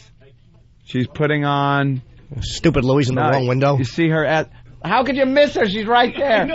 What's wrong with you, Louie? I know. He can't figure out the binoculars. There's an old woman watering a plant in the other apartment he's staring at.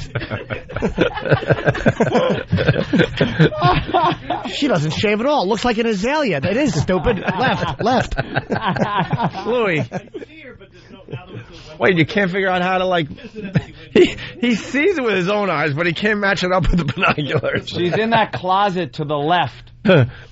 I can't even use the binoculars because my hands are shaking a little bit. Like you don't realize how much you shake till you look into binoculars. Yeah, Isn't that amazing? Let's go to Jared in Boston. Jared, what's up? Focus, deaf reporter audio. Naked girl in the window, kind of. Naked girl in the window, right? Trumps everything. Yeah, it kind of. That's the showstopper. What, Louie? Get out of that closet, you naked whore. I thought you were yelling. Yeah, you really do start yelling things at her. Like, what are you doing? You're not showing yourself naked in the window. Throwing pebbles at her window. Yeah, come on. I thought you were yelling at Steve. She's a tease. Yeah, Steve, put your clothes on. Get out of the closet. I hate her. Speaking of deaf reporter, binoculars, we could actually use her ears and just peer through them. It would still be better than what she uses them for. Let's go to Al in Jersey. Al. Hey, what do you want, Al? What do you say, Al? What's up, Al? What up, Owen? Hey, Al. Listen, man, that frickin' excuse me. Oh, don't. What do you say, Al? Al has no choice on that one. What's up, Al? It's a dump Al. Huh? Let's start over again. Hi, Al. Hey, what's up, man? Hey. Listen, that Bohemian Rhapsody, that is awesome. You guys got to sell that. Yeah, sell. We'll just throw it up on the website. No rights or anything. Yeah. We won't buy the rights. We'll just sell it. Yeah, people will buy it. They won't go and get it for free. They'll actually line up to buy it because they couldn't get it off the website. What's the matter with you? It's available at all Tower Records. You idiot. that promo for that That's thing. a terrible marketing idea. $45 a disc. Yeah. Wrapped up. It would sell. It would sell. All right, Al. Thank you. Let's go to Larry on Long Island. Larry, what's up? Hey, what's going on, guys? Larry. What's up, Larry? Just wanted to tell you, it's kind of completely different than naked girl. It's naked guy, which is kind of, gay, and I'm not, just so you know. But I used to work in Manhattan like 5-6 years ago, and... You're not gay, sir? You just tripped once with your mouth open? And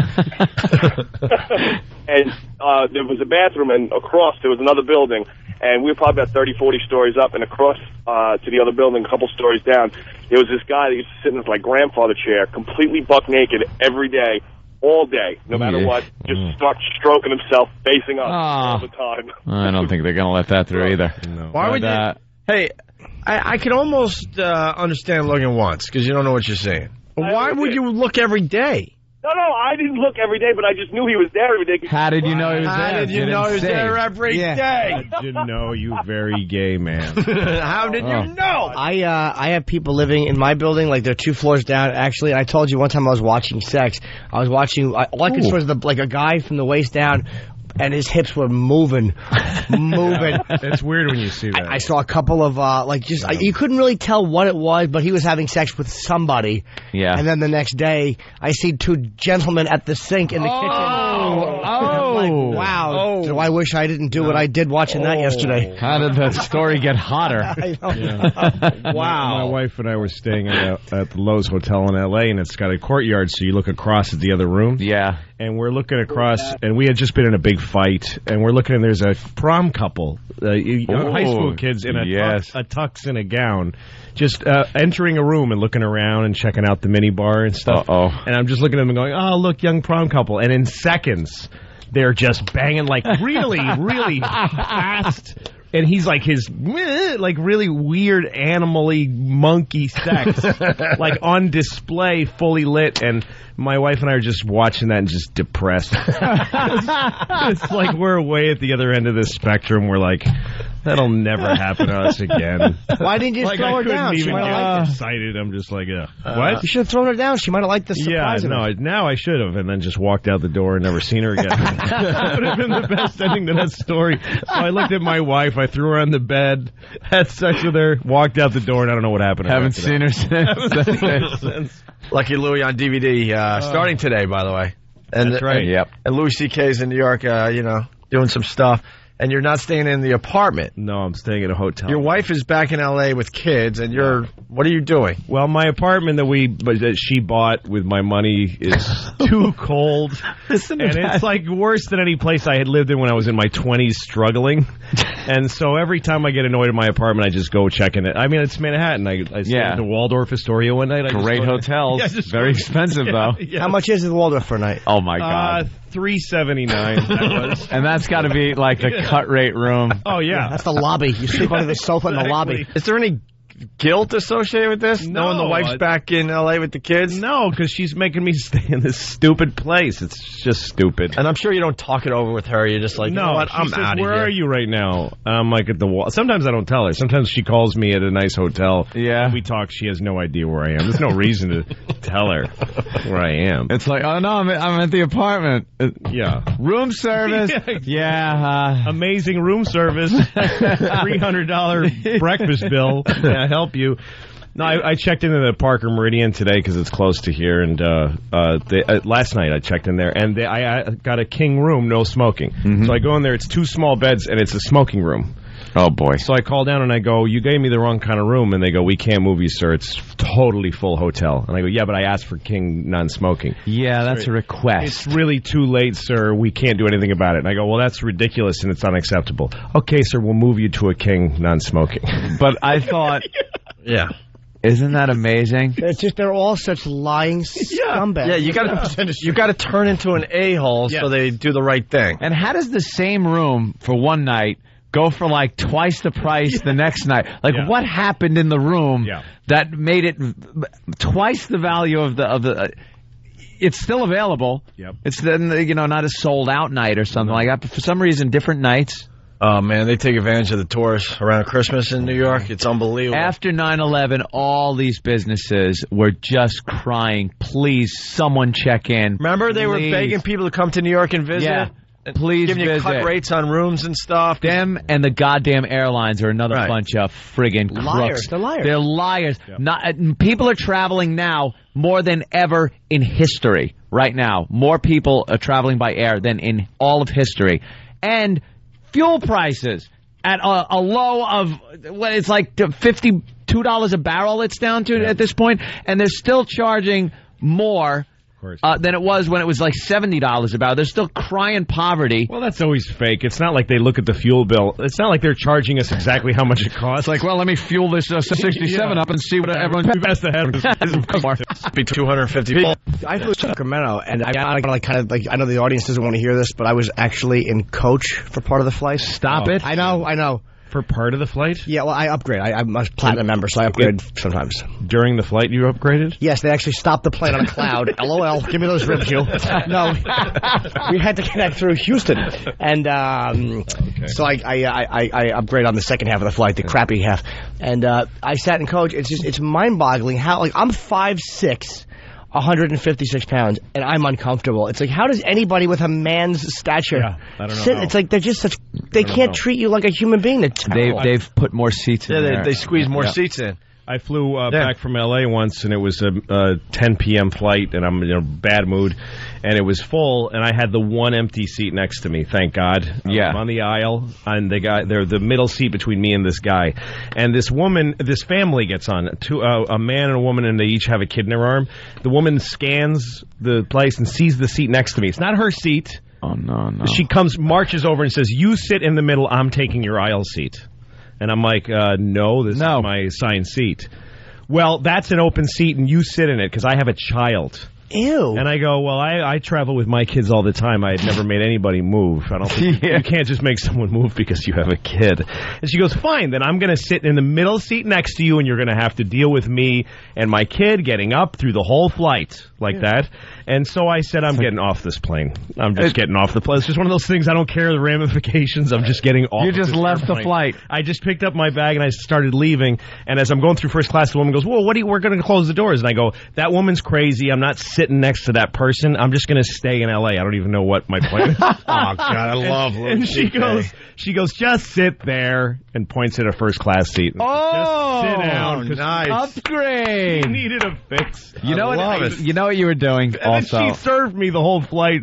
Oh, good. Oh, I'll have the fish. And I made, it was great. You should just look back. Hey, how's your kid? Yeah, you know what you were doing, though, when you were leaving? If you did get off that plane, you would have wished it crashed. Yes. You just were sitting there going, I hope it crashes. Oh, I hope I get to tell that story. Yeah, and you know what happened? I got off the plane because of that woman. Yep. And it went down. That's no right. survivors. Hey, we're gonna back up. We're gonna back up a couple minutes here. Dan in Pittsburgh. What's up, Dan? Hey guys, good morning. Good morning, Dan. Hey, Dan. I worked on a job site that was right across the street from a high-rise dormitory. I know exactly what you're talking about with the naked women because it would almost shut the job down. Because you could see every day college girls, different floors, whatever. Every day you'd see a naked lady. Yep. Yeah, a job site naked lady. Yes, I see one of the her best now. naked ladies. She's back now, but she's got clothes on. She's got clothes on. Her value as a human has plummeted to nothingness. Yes. Who wants to even look? There was a job I was doing. It was a locker room. It was the guy's locker room. Had to do an air conditioning job. So it was tile ceilings that I had to pop out. And then I realized the wall that goes to the women's locker room only goes up to the tiled ceiling. Yeah, Porky's. It didn't go all the way up like a firewall to the actual ceiling. So I was able to climb over onto the wall, make it look like I'm working, and took a piece of metal where I could then poke, it's made out of like a cork kind of thing. I cut it with my tin snips into a sharp point and poked the ceiling tile and then lifted it up. Wow. And I was able to just get a perfect view of the women's locker room. Oh, that's awesome. And nothing got done for days. Because then your like work partners, the electricians, everyone else is on to you. Yeah. And they're all taking turns. Just a bunch of let me look. And it's like, don't blow it, because the guy that blows it is the guy you got to beat up. Yeah. Because he ruined everything. And you're like, did you see that one? That you get like, you give the girls names, Did you see Harry? Did you see her? But that was like a big part of the job, trying to find and see naked women. Yeah, sure. Let's go to Taylor in Virginia. Taylor.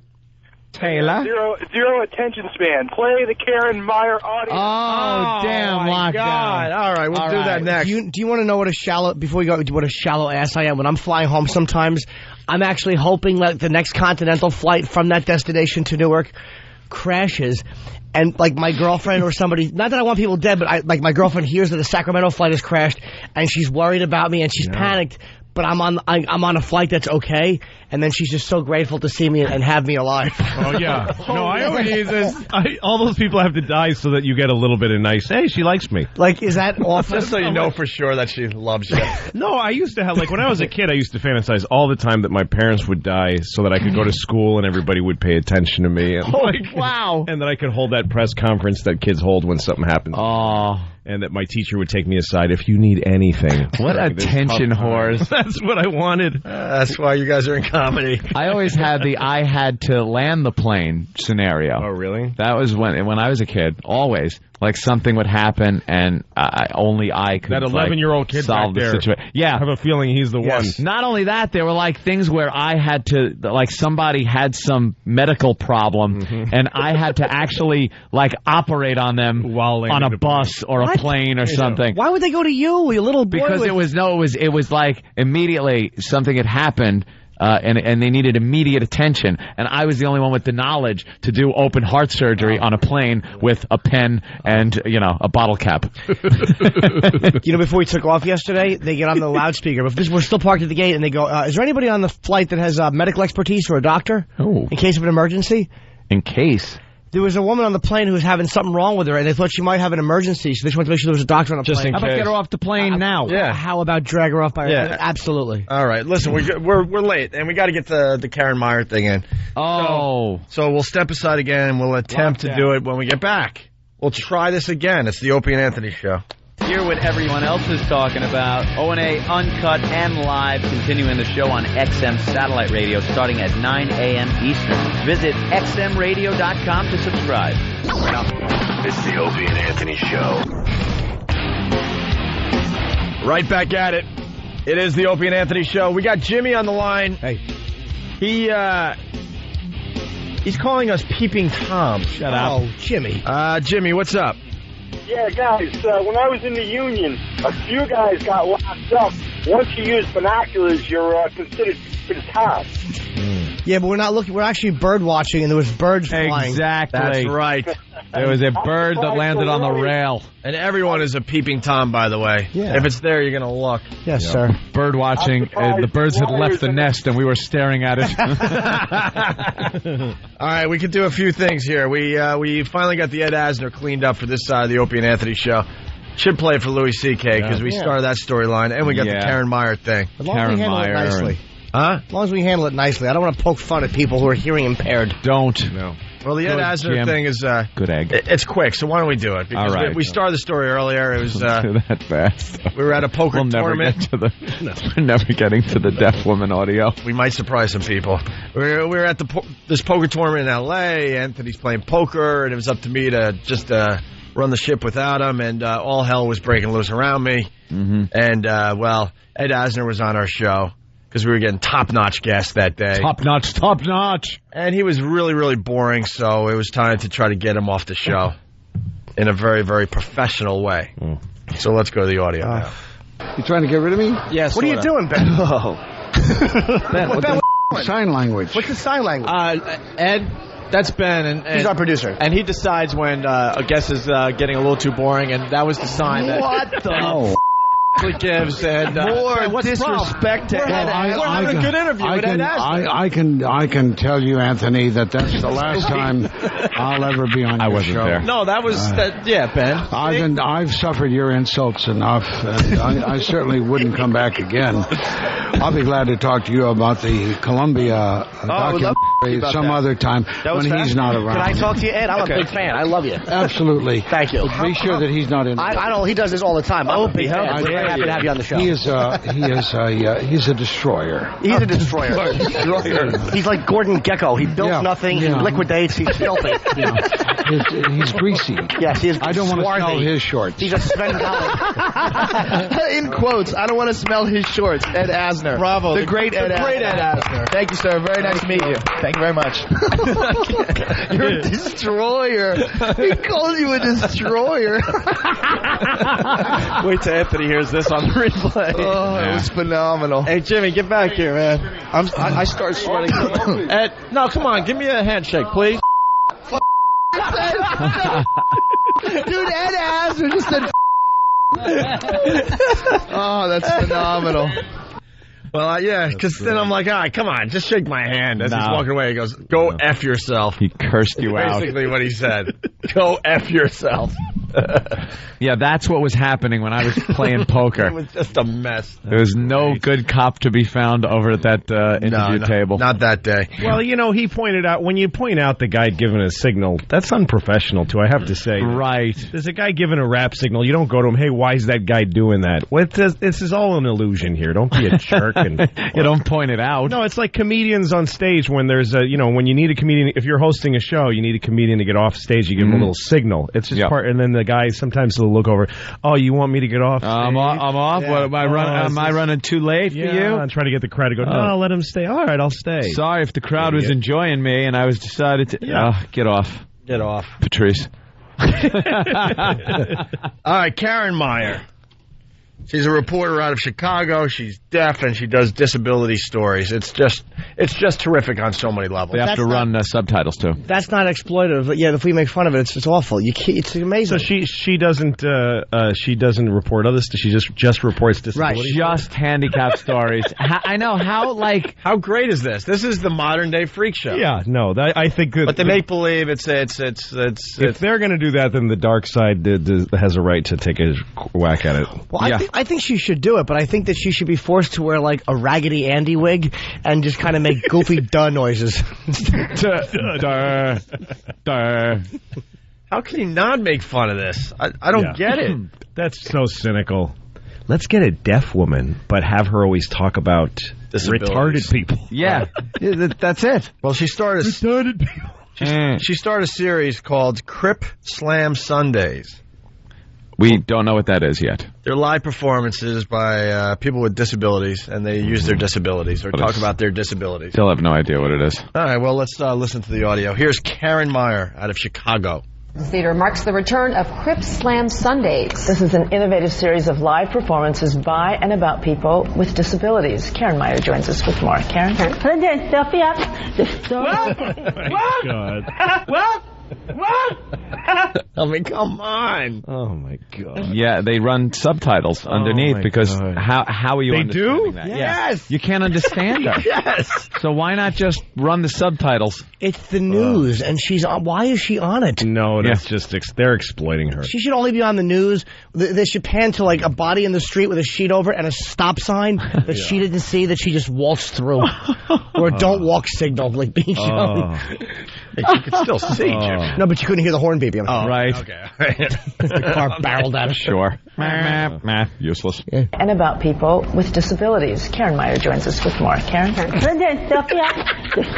can't get past that. Not me. Did you call her Stuffy? Oh,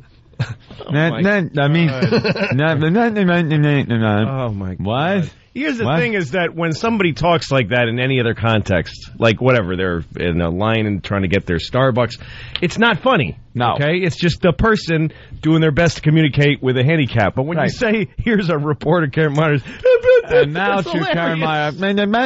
What? She's a news... What? Like, there's some job... funny. I would love to be an astronaut. I probably couldn't. Yep. I don't fit the criteria. I love that you said probably. There's still a little part of you thinking, you know what? I just want to be an astronaut. You know what? That's all I ever wanted to do. Little boyish Anthony. I want to be a fighter pilot. Yeah. But also, it ain't gonna happen. You don't have a fundamental disability that precludes you from that either. Yeah, I probably do. Yeah. I'm retarded. Don't ask, don't tell. I'm just don't ask, don't tell. No, but it's like, I want to see her and her husband in bed at night with him with a megaphone by her ear whispering sweet nothings. All right, come on, let's get back into She's deaf. Tee.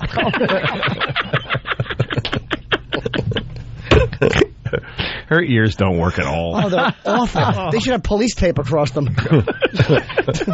There's a crime committed by nature in here. Karen Meyer joins us with more. Karen? Solo performances by renowned Chicago actor Techie Lominsky kicked off the 2000s. All right. Anybody? Techie Lominsky? Why don't deaf people always lisp? What? They always lisp. Why don't they know that? Because they're all gay. Because they're all gay. They are. It's just a weird coincidence. Two strikes by God. Deaf, gay jerk. I bet when they hired her, when she said she was deaf, they thought she was like DEF. They're like, all right, well, she'll help the blacks. Wow. And they're like, well, we can't fire her now. She can't. It's not the type of job. It's great. A lot of people probably want to be newscasters. You know what? If she pulled it together and you could understand her, even then it would be like, all right. She pulled it together. She's a really she can good do reporter. Yeah. She seems to really dig in and get her. She got the instincts. Yeah, but there's no. They're distracted at that They're point. doing it for shock value. Yeah. Period. The solo performances by renowned Chicago actor Techie Lominsky kicked off the 2007 series of Crip Slam Sunday with a hilarious tour in a hot springs commune in Northern California. That is clothing optional. When I first got here, all that was going through my head is... All I heard was clothing optional. Yeah, you know, I guess what you're about to hear is a woman that's 3'5" and she has no problem getting naked, possibly on the stage, and then making fun of her body. I guess. Something? All I know is the newscast is hearing optional. You know, the other thing is, too, like, if it's supposed to be uplifting or, you know, break a barrier for deaf people can't hear her either. Yeah, they're not being inspired. No, they can't hear it. I wish I could be inspired by this, but I can't hear a thing. If every deaf person got their hearing and listened to her, they'd go, please get her off. She's embarrassing us. This is terrible. So the hearing, only people with hearing have to suffer that, and no one benefits except for the guy who runs that station who thinks it's funny is like we do. Has a gag. Yeah, it's his gag report. Well, the deaf people, because they lip read a lot of them, and they're probably watching going, who is this lispy, mush-mouthed idiot? Oh, because she's not talking. What is she? Because there are deaf people that you know can speak. Yeah, she's not one of them. Out of all, if you're going to have a deaf reporter, they probably audition people and they're like, she doesn't sound deaf enough. Not like deaf somebody enough. came in with really good. Perfect one. Yeah, but kind of like sounded too not deaf. Yeah. And they should have like the people with the Hubble telescope in their ears, hearing aids. You know. Like big hearing aids, and then you could pull it off with the talking. Yeah. You obviously know they're deaf because of the hearing aids, but they can communicate. Right. This woman, I don't. Does she have hearing aids? She sounds awful. That's why she. Because that's what always amazed me too is deaf people with like thousands of dollars worth of hearing aid equipment and they still can't hear. It's like why are you walking around with that? You just want to walk up and bang cymbals next to their ears. Yes, you're not hearing Watch this. them not react. All right. Let's get back to it. So this performer, she's 3'5" and she's naked, I believe. Ew. All that was going through my head is, these people are normal. Let's say here. If her parents knew, you know what would have been going through her head? A hanger. 3'5" as an adult, just buried alive. That is clothing. Poor little feller. When I first got here, all that was going through my head is, these people are normal. A little saggy here, a little flabby there. Different. The 3'5" tall actress is sharing her personal feelings about her body image. Right. How I was able to take off my clothes and feel good about myself. Some kid stole the clothes for her Barbie. I thought that it was going to be really weird because I'm different. I have a disability, so my body is different from other people's bodies. And then I realized once I took my clothes off, that put us all on equal ground, and the whole thing is really about it made people our vomit. souls and what's Not the ground being equal. That's the problem. It's the tops of your head with other people's knees. Do you know what would be great is in the middle of that interview if some like foreign maintenance man just walked in and just picked her up and like opened a trash can and put her in and walked out while she was talking without any anger or rancor, just because throw her away because it's where she belongs. Just very matter of fact. Just this needs to be done. Whistling, he ignores the camera and the lights and the person holding a microphone and just drops her in the garbage and walks out. That put us all on equal ground, and the whole thing is really about our souls and what's inside and not our bodies at all. Yeah, except for your body is the part people have to look at. Exactly. Yeah, that's the freak show. Yeah. Because if you're getting up on stage and you take your clothes off, you got to be either a hot chick for people to be interested. Hot chick at a strip club or something. Or a freak that you want to see naked. Yeah, exactly. I would go to see this just to see a 3'5", a 3'5" girl naked. See what that looks like naked. Yeah. See if everything's proportioned. See if it just looks like this giant like. We did try that day. Yeah, we tried to get a midget naked one day, and she ended up crying, and it was really just bad. No, wait a minute. It's not awful. She called us and said she wanted to become a stripper. No, she never stripped before. She was a midget about 4 foot tall tops.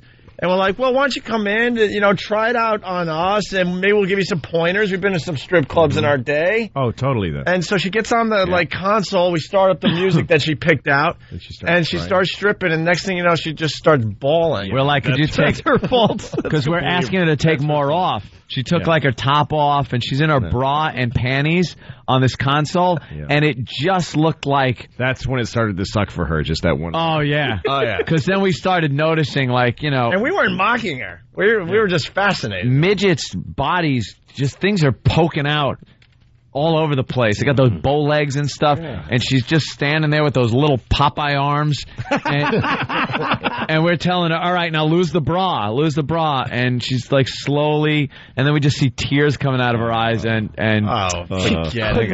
strap. You know, I I did a show in Buffalo with Nick DiPaolo once. We were working in some club, and as people are filing out past us after the show, and there's this midget, this woman waddles by, and she says to Nick, "You were great." And then she looks at me and she goes, "You were pretty good. Not that funny." Oh. And I realized, see, she's a midget and she got loads and loads, overload of therapy in her life. And they told her, you should just go out there and you're like anybody. Say whatever you want. Be confident. Have all the confidence of everybody. I wanted to tell her, everybody who loves you is wrong. You should be ashamed of your ugly little body. They're faking it. You should be too inhibited to talk to people, you small idiot. You should have. I just saw the video. It's up on opieandanthony.com there, E-Rock. Oh, yeah? Under Nicole Starr, the naked midget. Why is it not up on that monitor? We got her topless, actually. I don't remember it that way. I thought she... I guess when she finally realized what she did, she started bawling. This is her right here. Was it any surprise that girl only liked half the show, Lou? Of course she did. By the way, something interesting in the background. That's Colin Hanks and Jack Black. They were in studio that day. Right. And they are staring at a topless midget right now. Her breasts are nice. Look, there's Jack Black. Looks all right from what I can see. I don't have a point of reference. You need to have like a normal size person. Yeah. You gotta have like a dime next to her. She looks regular, then a toy poodle walks by and it's the same height. Let's go to Ryan. Great Dane. We got one of these today. Ryan in Buffalo. What's up, Ryan? Great Dane carries her off in his mouth. Can't do this. This is just awful. What? It's unethical. It's immoral. You can't do it. You don't mean that. Uh-huh. I do. Why would you do such a thing? Are you still watching? Are you still listening to the show? Yeah. All right. Say no more. Say no more. All right. Back to Karen Meyer. E-Rock, what are you saying? In the audio for that clip, Opie's in the background he's laughing. He goes, "What happened to your father?" And I think that's what set her off crying. Oh, what? No, you didn't. No, stop. I wouldn't say that. What happened to your father? You absolutely would. I don't know. I don't remember the circumstances. Maybe there was It's out of context. Yeah, exactly. Maybe it was funny. All right, Karen Meyer. Crip Slam Sunday started last year, so more info on this showcase she does. The idea of having Crip Slam Sundays started last spring after Bodies Diverse, the Disability Arts and Culture Festival. Sandy Shinner is the Associate Artistic Director. What? Associate what director? What? She's got an ugly voice. Like you can hear the mustache in her voice. It's like an ugly voice. Just in every way, if you're picking someone to broadcast, this is the wrong person. What did she say? Associate. Sandy Shinner is the Associate Artistic Director. Oh, the We spit. didn't want it to just fade away after the Bodies of Work and the huge push that had been in for that festival. So we wanted to extend the events and hopefully extend the audience and bring them into Victory Gardens around the calendar. Techies Clothing Optional is the first of 4 series scheduled for this winter and spring. We hope to have maybe 5 events each year with different performers, different readings, different artists coming and talking about their work in different... The applause in the back is when the girl put her clothes back on. Finally! What's with like? Why so much? I don't know. Is it saliva or just earwax that had nowhere to go, nothing to do? The thing is that just backing up. You can't criticize somebody who's doing that. Like, the problem with putting somebody like that in that job is that you can no longer go like, is she a good reporter? Yeah. Do you have any skills? Yeah. She sounds lazy. She's not compelling to listen listen to. She stinks. Yeah, there's no like emotion to her voice. She's not getting into the thing. Like the fact that God doesn't love her is only the beginning of the problem. After that, it's all her fault. Let's go to Pat in New York. Pat, what's up? Pat. What's going on, guys? Hey. All right, I got a great spin on this. You should have the interns try to translate what she's saying without the subtitles. Well, that's not a bad idea. How funny would that be? Yeah, if you listen to her a few times, you can kind of get the hang of it. Really? A little. There are a few words that are impossible. Well, you don't have heard, that like associate and director. You don't have that option when you're watching the news. No. You know, it works even better. People that can talk. Yeah, people that can talk and actually be reporters. Right. It's just showing the rest of the reporters too. Like, wow, that I really don't have a job that is worth anything. Why doesn't Karen Meyer get a job like working like in Madison Square Garden, setting up like the things that they have to wear their earbuds for so they don't get anything you need ear protection for? Yeah. She can do and save the cost of the ear protection. She should work next to a jackhammer. Dynamiting mountainsides for highways. Yeah, if that's in a tarmac, she should be waving planes and they would have to waste money on those things. Imagine how weird that would be. You look out the window and go, wow, she doesn't even have those orange little headphones on. She's just waving the plane in. Yeah. Of course, another one's hitting her because you can't hear a 747 come up behind her. It snuck up on me. I bet it did. Let's go to Chris in Jersey. Chris. Yo, what's up, guys? Hi. Hey. Long time listener. Yo, that last caller that called up and said he was offended by what you guys are saying, he's probably a midget, number one. And number two, this is the funniest friggin' show I've ever listened to on the way to work, man. You guys suck. Thank you. Spread the word for us, will you? That's how the O&A virus works. Thank you very much. Let's go to Jared in the Bronx. Jared. What's going on? Hey. Just a quick question. When she talks, is it like that bouncy ball on the bottom to translate the road when you do karaoke? Follow the bouncing ball. Follow the bouncing ear. Just an ear with the red circle and slash through it. Just bouncing on the word. All right, we got the last clip here for today. Karen Meyer is deaf, and it makes me laugh, whatever that means. We'll find out, I guess. Quip Slam Sundays is part of the theater's Access Project, which is responsible for making the theater accessible for patrons with disabilities. We want to make sure that everyone can come. Anyone with a disability can come and enjoy the Quip Slam Sunday presentations. The sun's out. Oh, come on. Take off that swimsuit. If I can do it, you can. Keep it on. You're a freak. Starts at 7:30 p.m. at Victory Gardens Greenhouse. You can always go to our website, abc7chicago.com. It's this Sunday, January 28th. All right, thanks very much. You're welcome. Go to our website.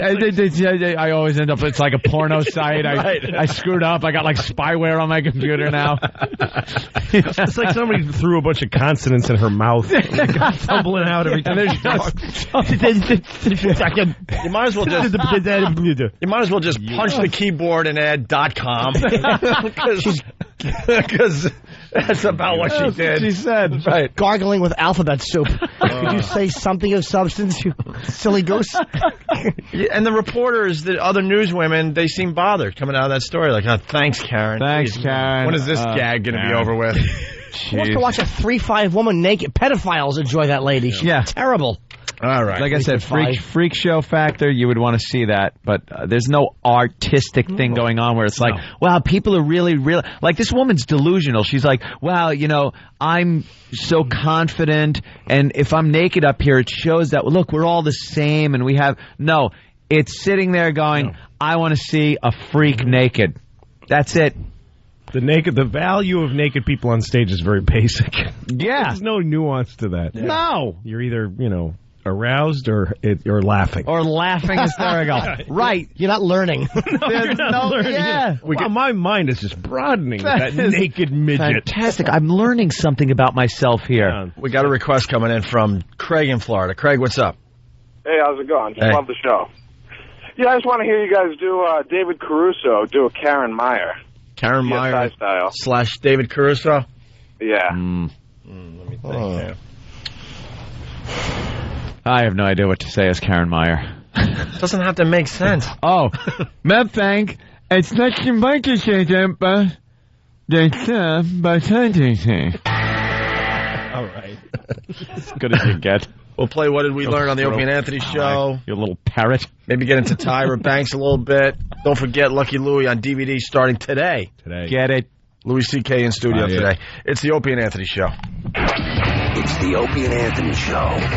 The Opie and Anthony virus.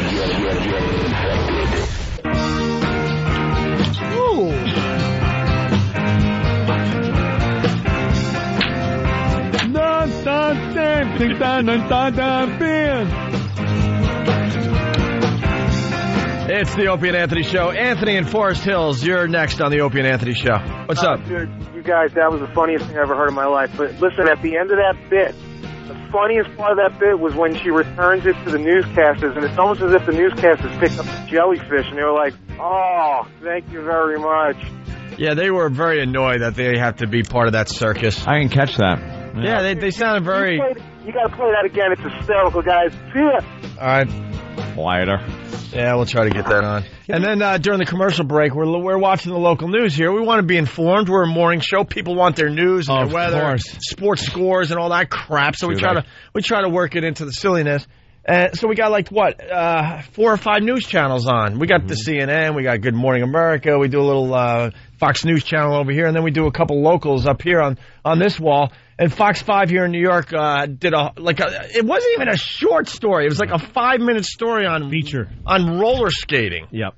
On roller Gay guys roller skating. Gay guys. And she's talking to him, and they're going, see how there's wheels on the shoes, and you roll around. You roll. Really? Wheels on shoes called now. Skating. It was that indoor, skating, like old school style, not with the inline But it's skates. just this woman was at the pitch meeting for the news show and said, I'd like to go over to that place where they roller skate. That's a good idea. We'll send you right over there. Okay. Drive through all those neighborhoods full of poor people who with interesting things going on. Yeah, right. You're the news, stupid. All right, take truck 5. Nothing set yourself going up on with a crew. Right. And nothing going on in New York City. We have, like Anthony, Opie was saying, there's a war going on. Yeah. And, nobody cares. Well, if there wasn't a war going on, maybe you need to fill up the news with some dumb things. But, I mean, we're living in some pretty interesting times, and you still go to the roller skating story? I might not even be able to come up with the things that you could do a story on, but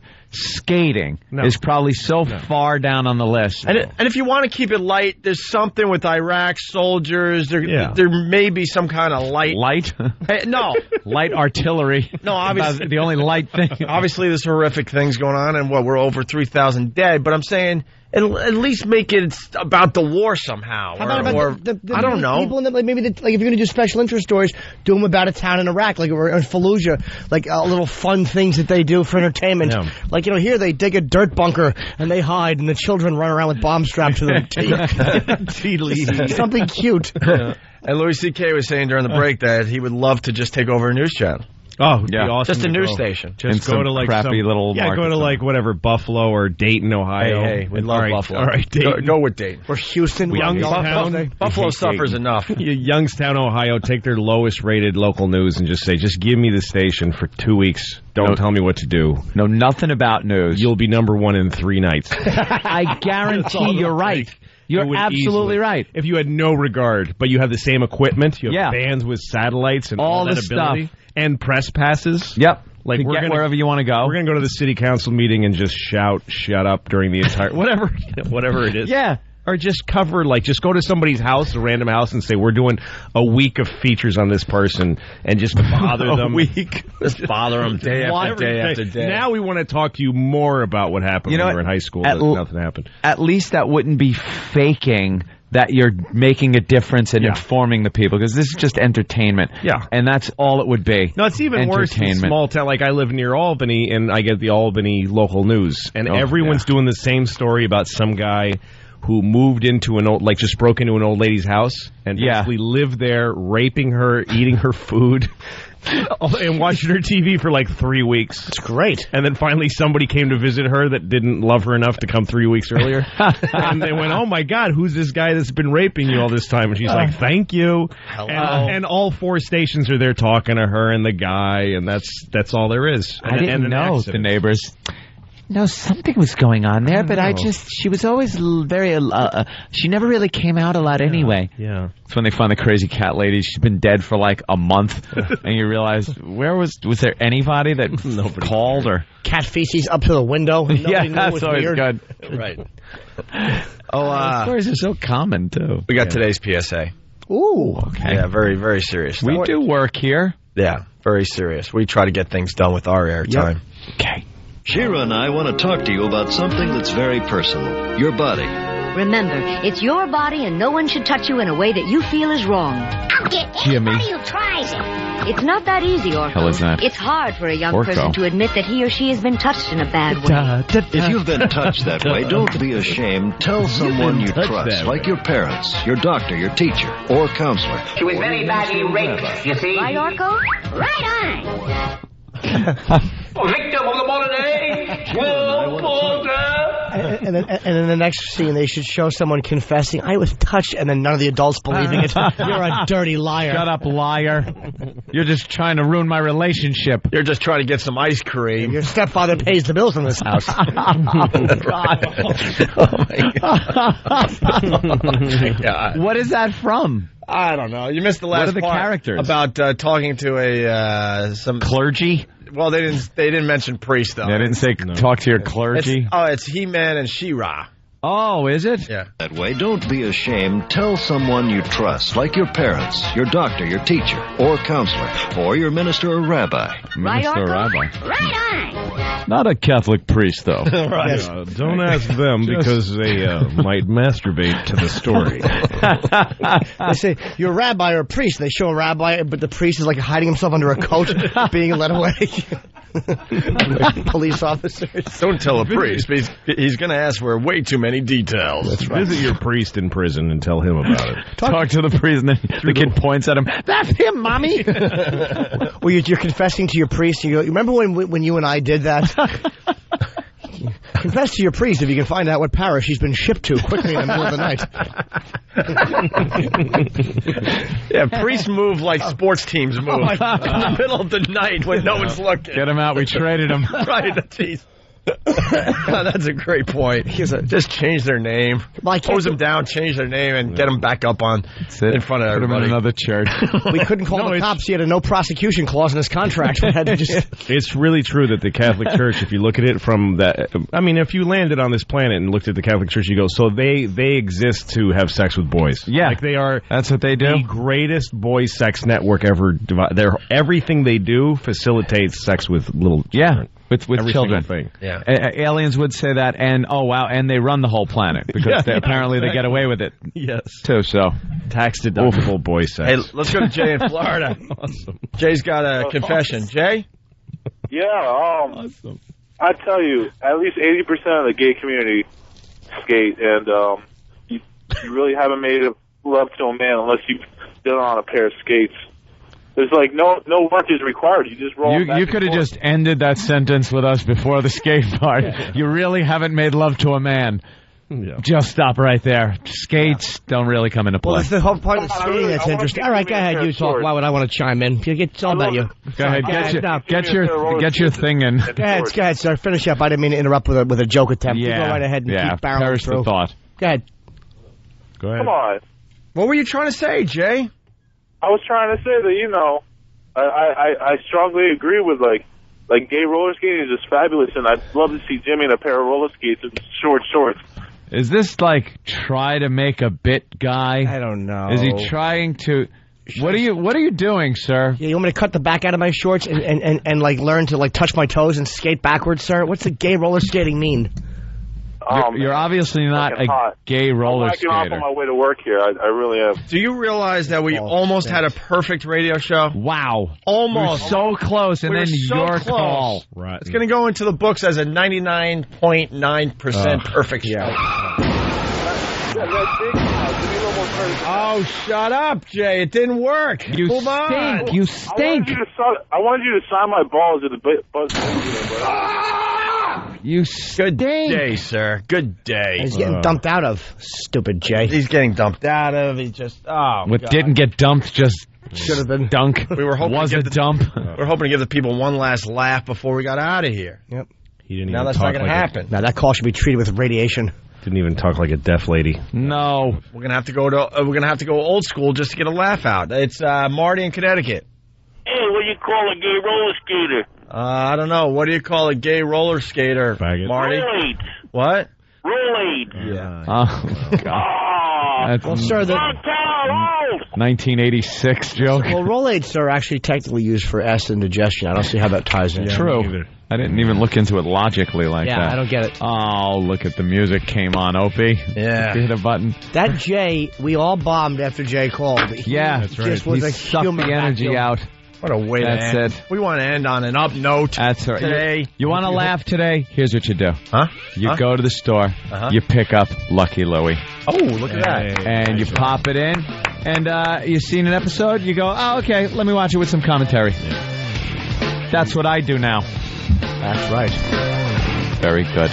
I'm not a good plugger. I just know that's right. It was terrible. Louis C.K., thank you. Energy. Thank you. We got to get out of here, guys. All right, we'll see you on See you XM tomorrow. side. Yeah, and tomorrow here. Sure. Yes. Bye. All right. This is really how it ends? This sucks. You got to give it a good ending. A good ending. Good out. Good out, Jim. Hey, take care. Careful out there. Except for Jay, I hope you die within a week.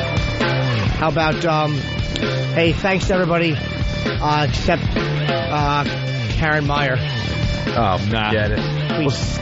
We'll see you guys tomorrow. Oh, I got it. Oh, yeah? Yes. It's been real. It's been nice, but it hasn't been real nice. Waka waka. See you tomorrow.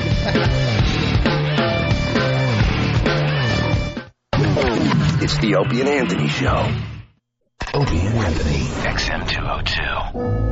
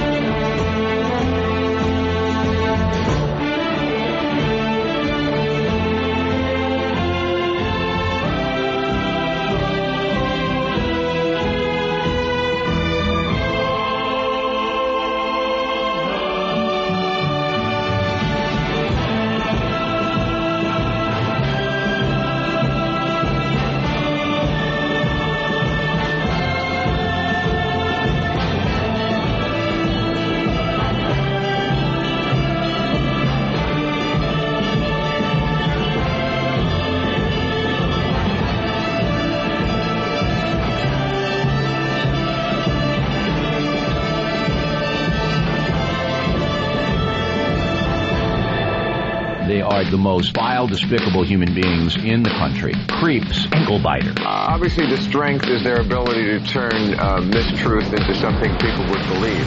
Wow, how long is this guy going to continue to babble and say nothing? All day long. Shut up. All right, here we go.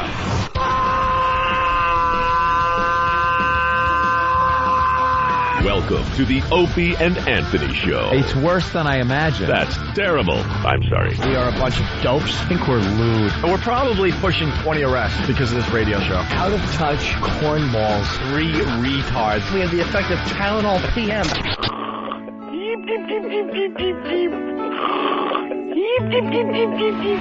Opie. You know I could have been a model. Anthony. I'm gay. James Norton. I like yogurt. Robert Reed.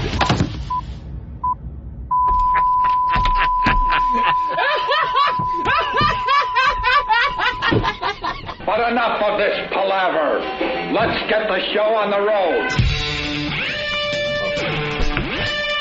La la la la. See if they get this right.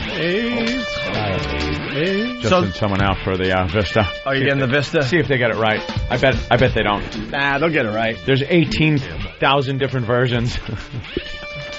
So you guys don't do a walkover anymore. You play a 15-minute bit, and then EOG, what's that? Elite speak. Oh, ecstasy of gold for another 10 minutes. Why even do an XM show? It's obvious you only care about the FM show. Right. Okay. Yeah. There you go. What's his name? Eric L. Dainsy. Who? Just another uninformed dope. Oh, God, are you an asshole? From WhackBag. WhackBag.com. Is he? Dansy. Is he really? Probably not. So, if we're just calling in the XM show every day, don't you think we're going to be in deep trouble with our bosses at XM Satellite Radio? They're very happy with what we're doing, you dope. You think we're so great at radio that we can just call it in and no one's going to notice and we're not going to be thrown off the radio eventually? You dope. Because of him, I suggest, and I mean this, we do a call-it-in show today for XM. Oh, fuck. Here it goes. I'm not doing shit. I'm going to fucking relax and not work like I do every day when I come in here because that cunt has just accused us of calling it in. Let's show them calling it in. Here's calling it in. What do you want to do? First of all, I'm not even going to be professional on the mic. I'll just go like, what do you want to do today? Jimmy, did anything happen? I want to promote Houston this weekend. Okay, plug a gig. I'm doing the improv. There you go. That'll be great radio. This Thursday through Saturday. Don't let your real, and I'm serious, your professionalism will jump in and Opie will go, no, we got to do a show. I'm fucking serious because of this cunt rag. I don't want to fucking do a show. I'm sitting here and just... No! There we go. No! Yeah, that's a joke, son! Here's phoning it in. Get Aristotle. There you go.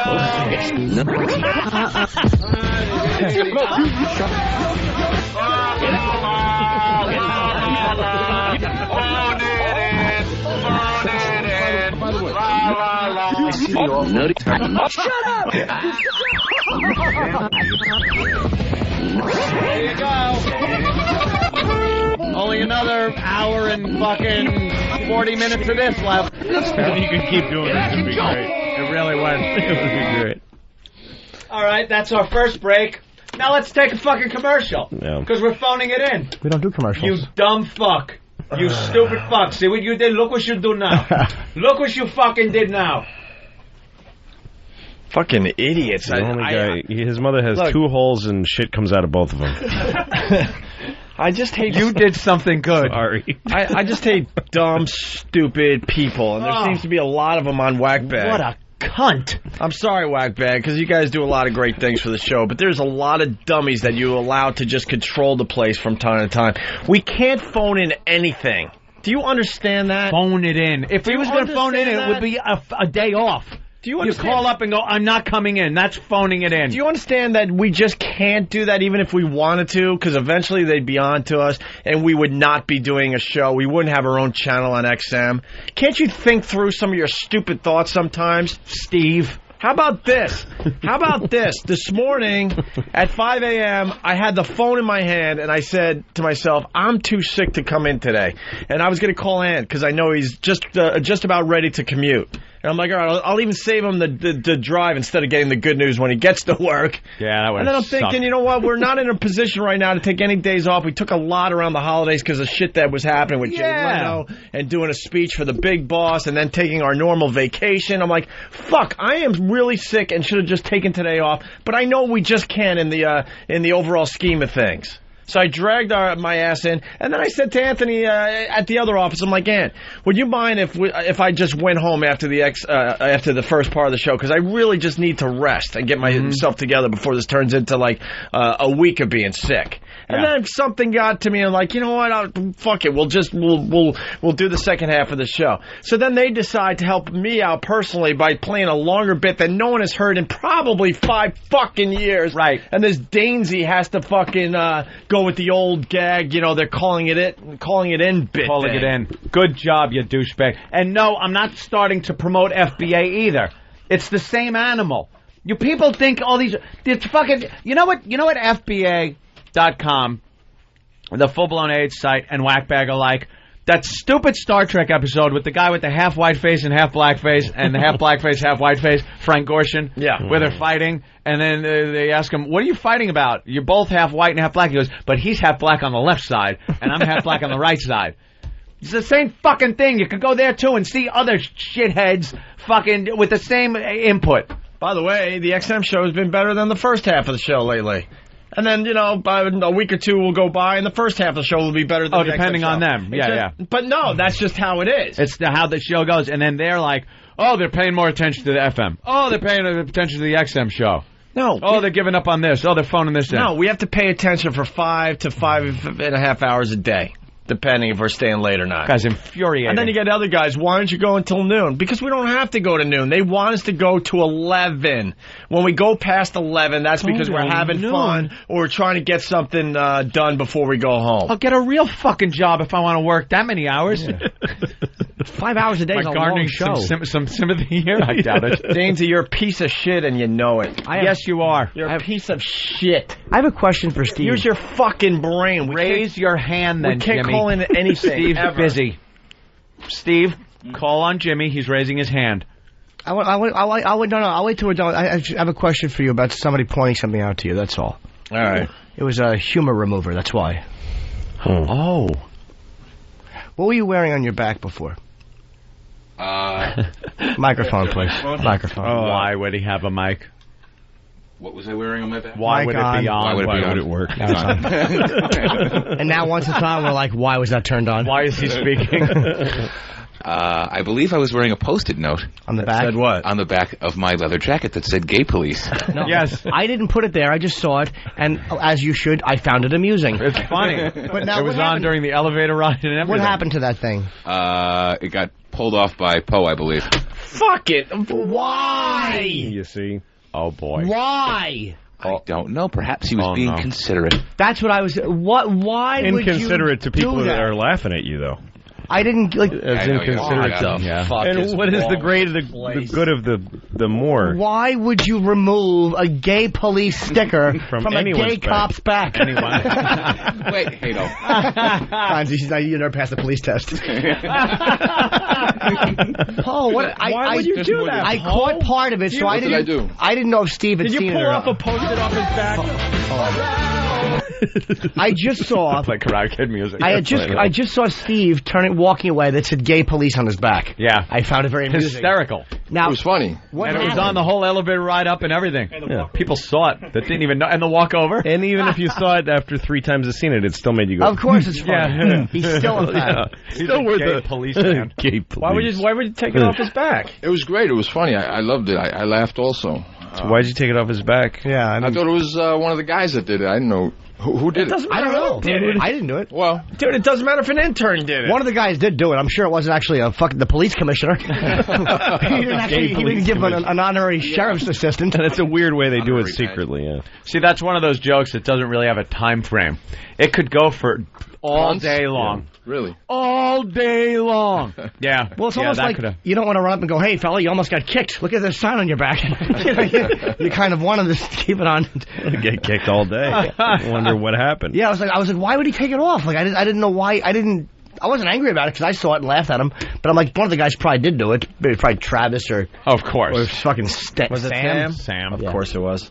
He's evil. Yeah. I can't take credit for it this time. Was it Travis? It was Danny. It was Danny? Danny did it, I think. Danny. There was a guy on the elevator who, when Steve walked off, said, "I didn't even know there was a gay police," without even talking to him. Yes.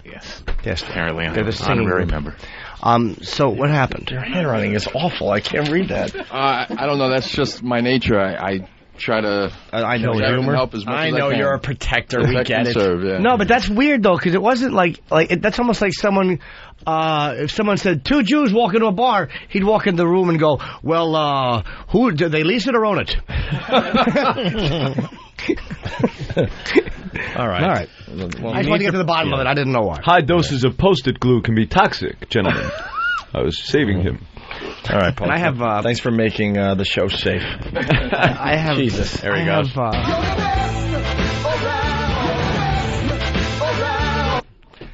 Hey, Dainsy. And after we wrap, Hold on. Dainsy, first of all, is not a guy. It's a girl. Dainsy.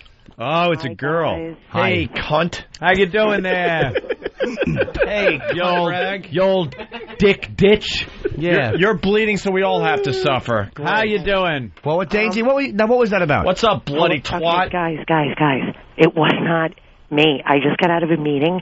I get back to my desk, and I'm getting all sorts of messages saying, "Oh my God, you ruined the show." Someone doesn't like you. Okay, so somebody using your name. Okay. Yeah, that happened. Wow, that's real brave for the person that's using your name. Guys, I can't even hear the show at my desk. Guilt I get by no signal on my association. Wi-Fi. Go fuck yourself. Yeah. Still enjoying hating you. Yeah, Fuck I know. off. I really didn't like you. I can't just come snap out of it now, even if you're totally innocent. Doesn't matter. The mob's Guys, got I the love rope you around your guys. neck. Come on. I'll spank the horse in the ass and watch you hang. Exactly. You cunt. I felt Yeah, at this point, we got to hang For somebody. nothing. Yeah, it's your fault. Sorry. Well, I heard that Anthony called me a very vicious name, so I had to call in and defend myself. What did I call you? You called me a cunt. Everyone called you a cunt. The world did. God did.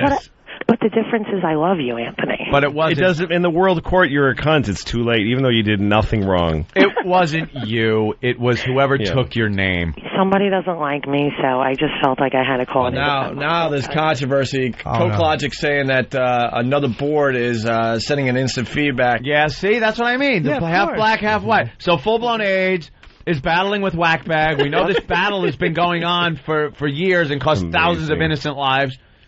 It is the dumbest thing. It's amazing. Message board fights are hysterically stupid. This one's blaming this. There's soap operas that go on. Amazing. Board gossip. Razzle No, it's dazzle. amazing if you go, like, if you're trying to find out something like you're trying to buy a digital camera. Yeah. So you go on some message site to find out if the Sony CyberShot is decent. And you some read advice for Sony, people you that know, have used it. yeah, and the username is like knows cameras or something, and he's saying, last time that you insulted me, and then Joey whatever nickname, and how dare you come? I've been on this board since before it. What the fuck? Does anybody talk about cameras? Trying to buy a camera. They trash it. The Sony's a piece of shit, and the guy's name is Ted Cannon. Yeah, exactly. I have girl questions too. Whenever we're. Oh yeah. Yeah, I'm just. All right, so just use your brain. dick goes in the cunt. All we're getting at. Hold on. We can't call in anything. It's impossible. It's like we're untouchable or something. We make the rules and we could just like call in radio shows. Are you nuts? Someone's called the situation with the girl a cuntastrophe. Right. All right. What's your question there? Louis just had a very funny line too. I have girl questions, and Louis said the dick goes in the cunt. That's all you gotta know. Don't put it in her nose. That's what it was. Cunt. Why whenever I pull it out of her fucking pussy is there earwax on it? Wait, I see. Stick it in her cunt, and then walk away. All right, what do you got, Jimmy? Let's just say you're talking to a girl. Let's just say that it's a girl that you're in love with or whatever. And I'm not saying this happened with my girlfriend. I'm just saying if it ever happened. And you're talking about an experience she had that she said sexually was not good. Right. Like, man, I really felt bad. It was like, ugh, it was gross. And then you're at dinner talking. And she goes, I just remembered, like, I came 4 times during that. But it was really repulsive. So she came even though it was bad? Wow.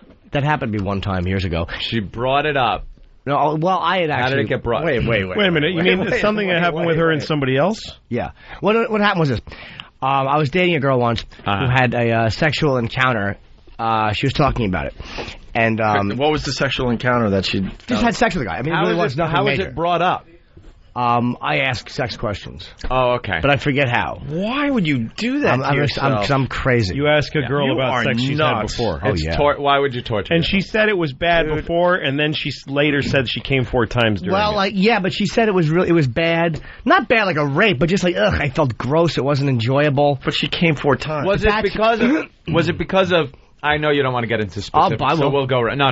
I see how far you want to go. Was it because of who the person was, the location, the sex act? Like, what about this situation was repulsive to her? I think it was the person that she was hooking up with. I think she wasn't that... Again, I didn't get into all the details. I think it was like someone that she wasn't that attracted to, but just kind of liked as a person. I think it was more like that kind of vibe. Like, it wasn't... It was completely consensual, but it was like, it wasn't any type of... Negro. It wasn't like a Negro.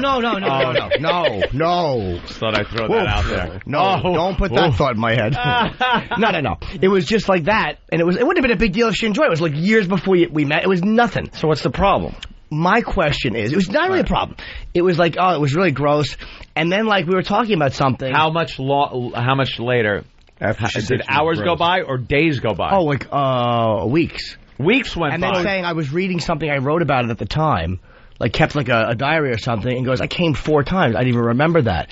Like, I didn't remember that happened. So she remembered it being gross, but then looking back at her records. She's still saying of the fuck. I went to the Hall of Sexual Records. It says here I came 4 times. I'm so surprised. I remember hating that. She's still saying she's like, maybe you don't understand, but it was like, to me, it was like a weird reaction. It still wasn't a sexy experience to me, even though I did. Like, I kind of believe her, but here's my question for you: Is this does this concern you, or are you just curious about More it? Curiosity. I don't know if it concerns me or not. It doesn't. Is it a threat to me? No. I mean, it was long before people ever knew each other. Not you're trying to learn something about your girl. If you're trying to understand, did you ask her about it, or? Yeah, I don't know. It's not actually the girl I'm dating now. It's an old girl. Of course, years ago. Of course. I don't know, dude. It just fucking sex freaks me out, man. It's kind of he doesn't feel threatened by it now, right? But there's something about it that isn't sitting right. Because you were told it was this repulsive kind of thing like that, yet her coming 4 times in some way makes you feel like you're not doing something you could be coming doing. Isn't always a positive. I mean, I was getting blown by a hooker in a condemned building once.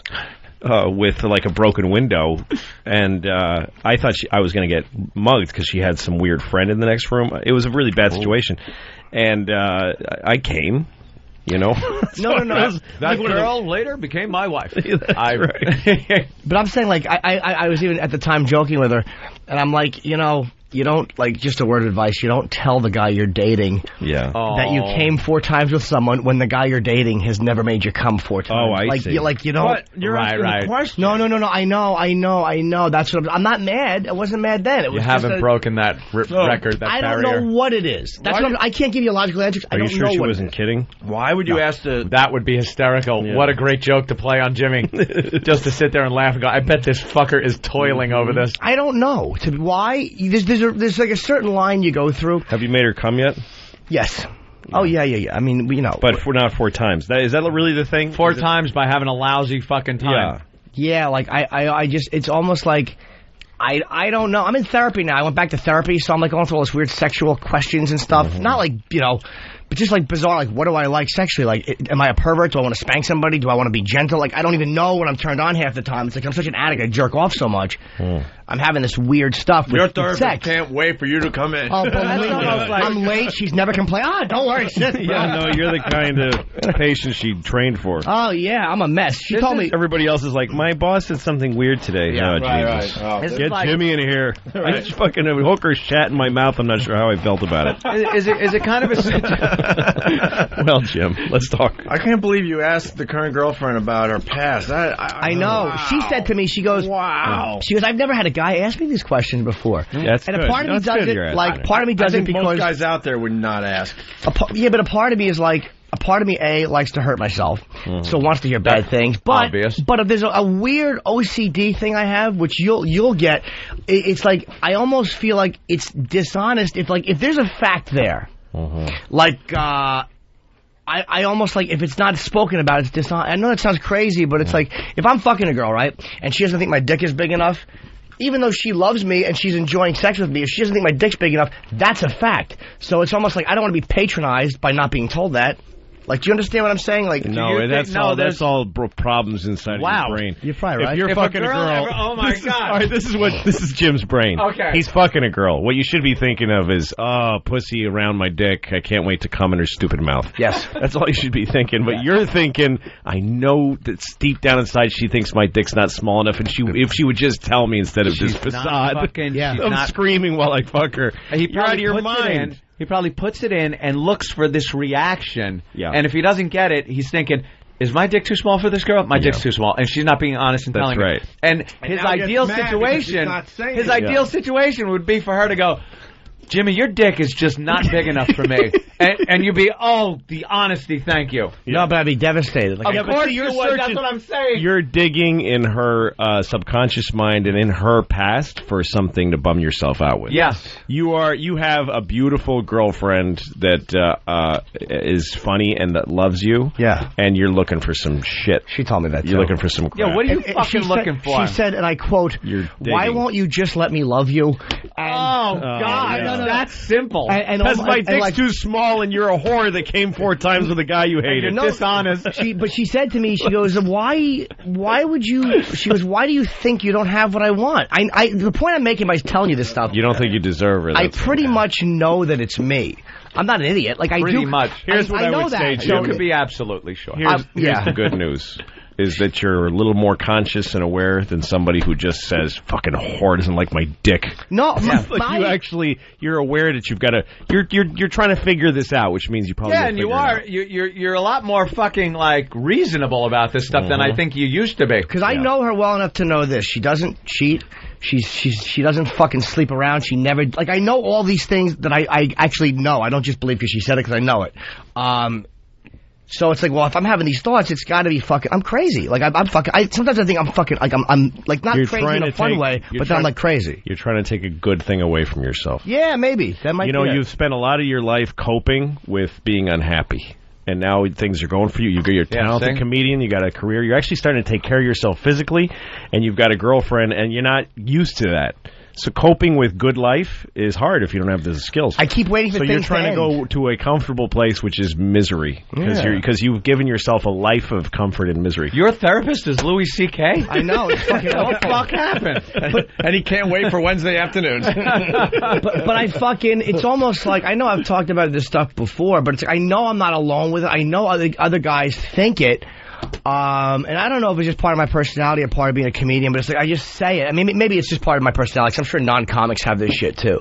Yeah. Like a friend of mine told me he used to bang his wife, and he would want her to fantasize and talk about other guys. And like a way I can understand that, in a way I can't. Would I want to watch my girl fucking another guy? Absolutely not. Can it turn me on to think about her just being like in this dirty porn situation and just sexual? Sure, because I love her and I'm attracted to her. To actually see her doing it? Absolutely not. So I could never go that far. No, your mind is fun.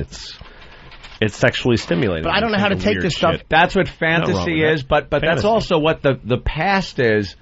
It's nothing more than a fucking vapor cloud of what was, you know? So you probably shouldn't dwell on that. I know. You're just trying to find a way out of the good. Yeah, you're looking for some way out of the good fucking life you're having. Yeah. Because you're so...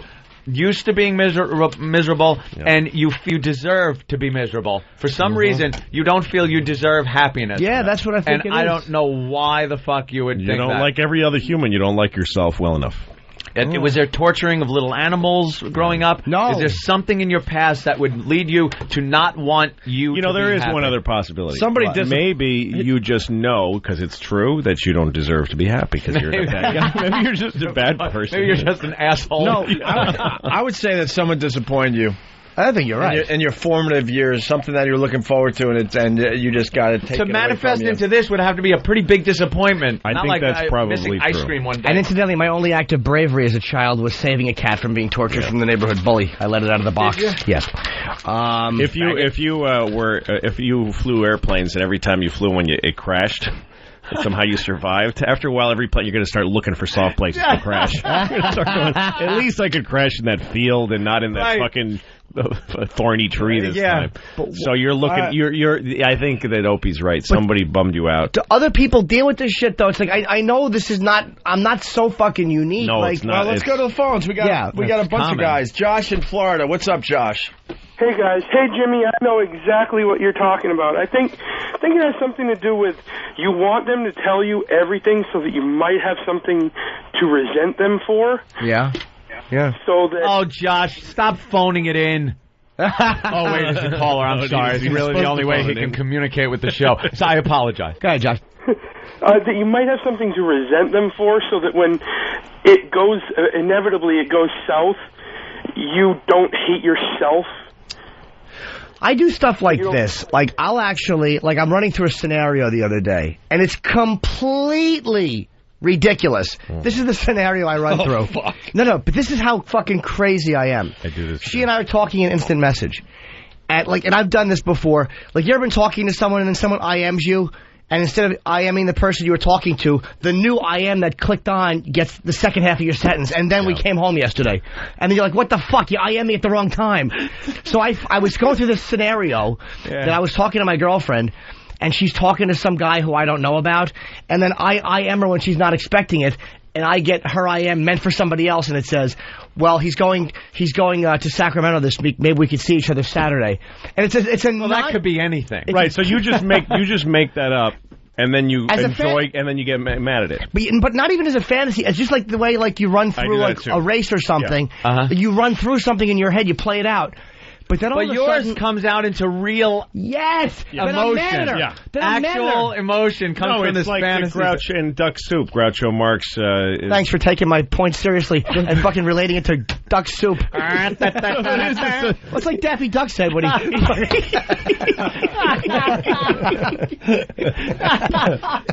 So he's the president of Fredonia, and he's going to meet the president of some other funny country. And... because they're supposed to go to war, and he wants to, so he says, I'll shake his hand. I'll give him my hand in friendship. But what if he refuses my hand? How dare he refuse my hand? All I was trying to do is be his friend, and he makes a fool of me. How dare? And by the time the guy shows up, he goes, you idiot, and he slaps him in the face and starts a war. I do that all the time. I get furious at shit I made up in my head. Wow, I get really angry. That is completely fucked up. That really is fucked up. But I know it's not real, so I get myself mad, but then the residue is there, like the smoke. Yeah. So I have a bad feeling towards her. So Holy shit, a genuine bad feeling towards her. You're trying to... completely made up fucking... But the emotion is there, and she's told me, she's like, you have these scenarios, and then your argument is to try to make that a reality. And she's fucking really, I gotta say, she's a brilliant person. I can't...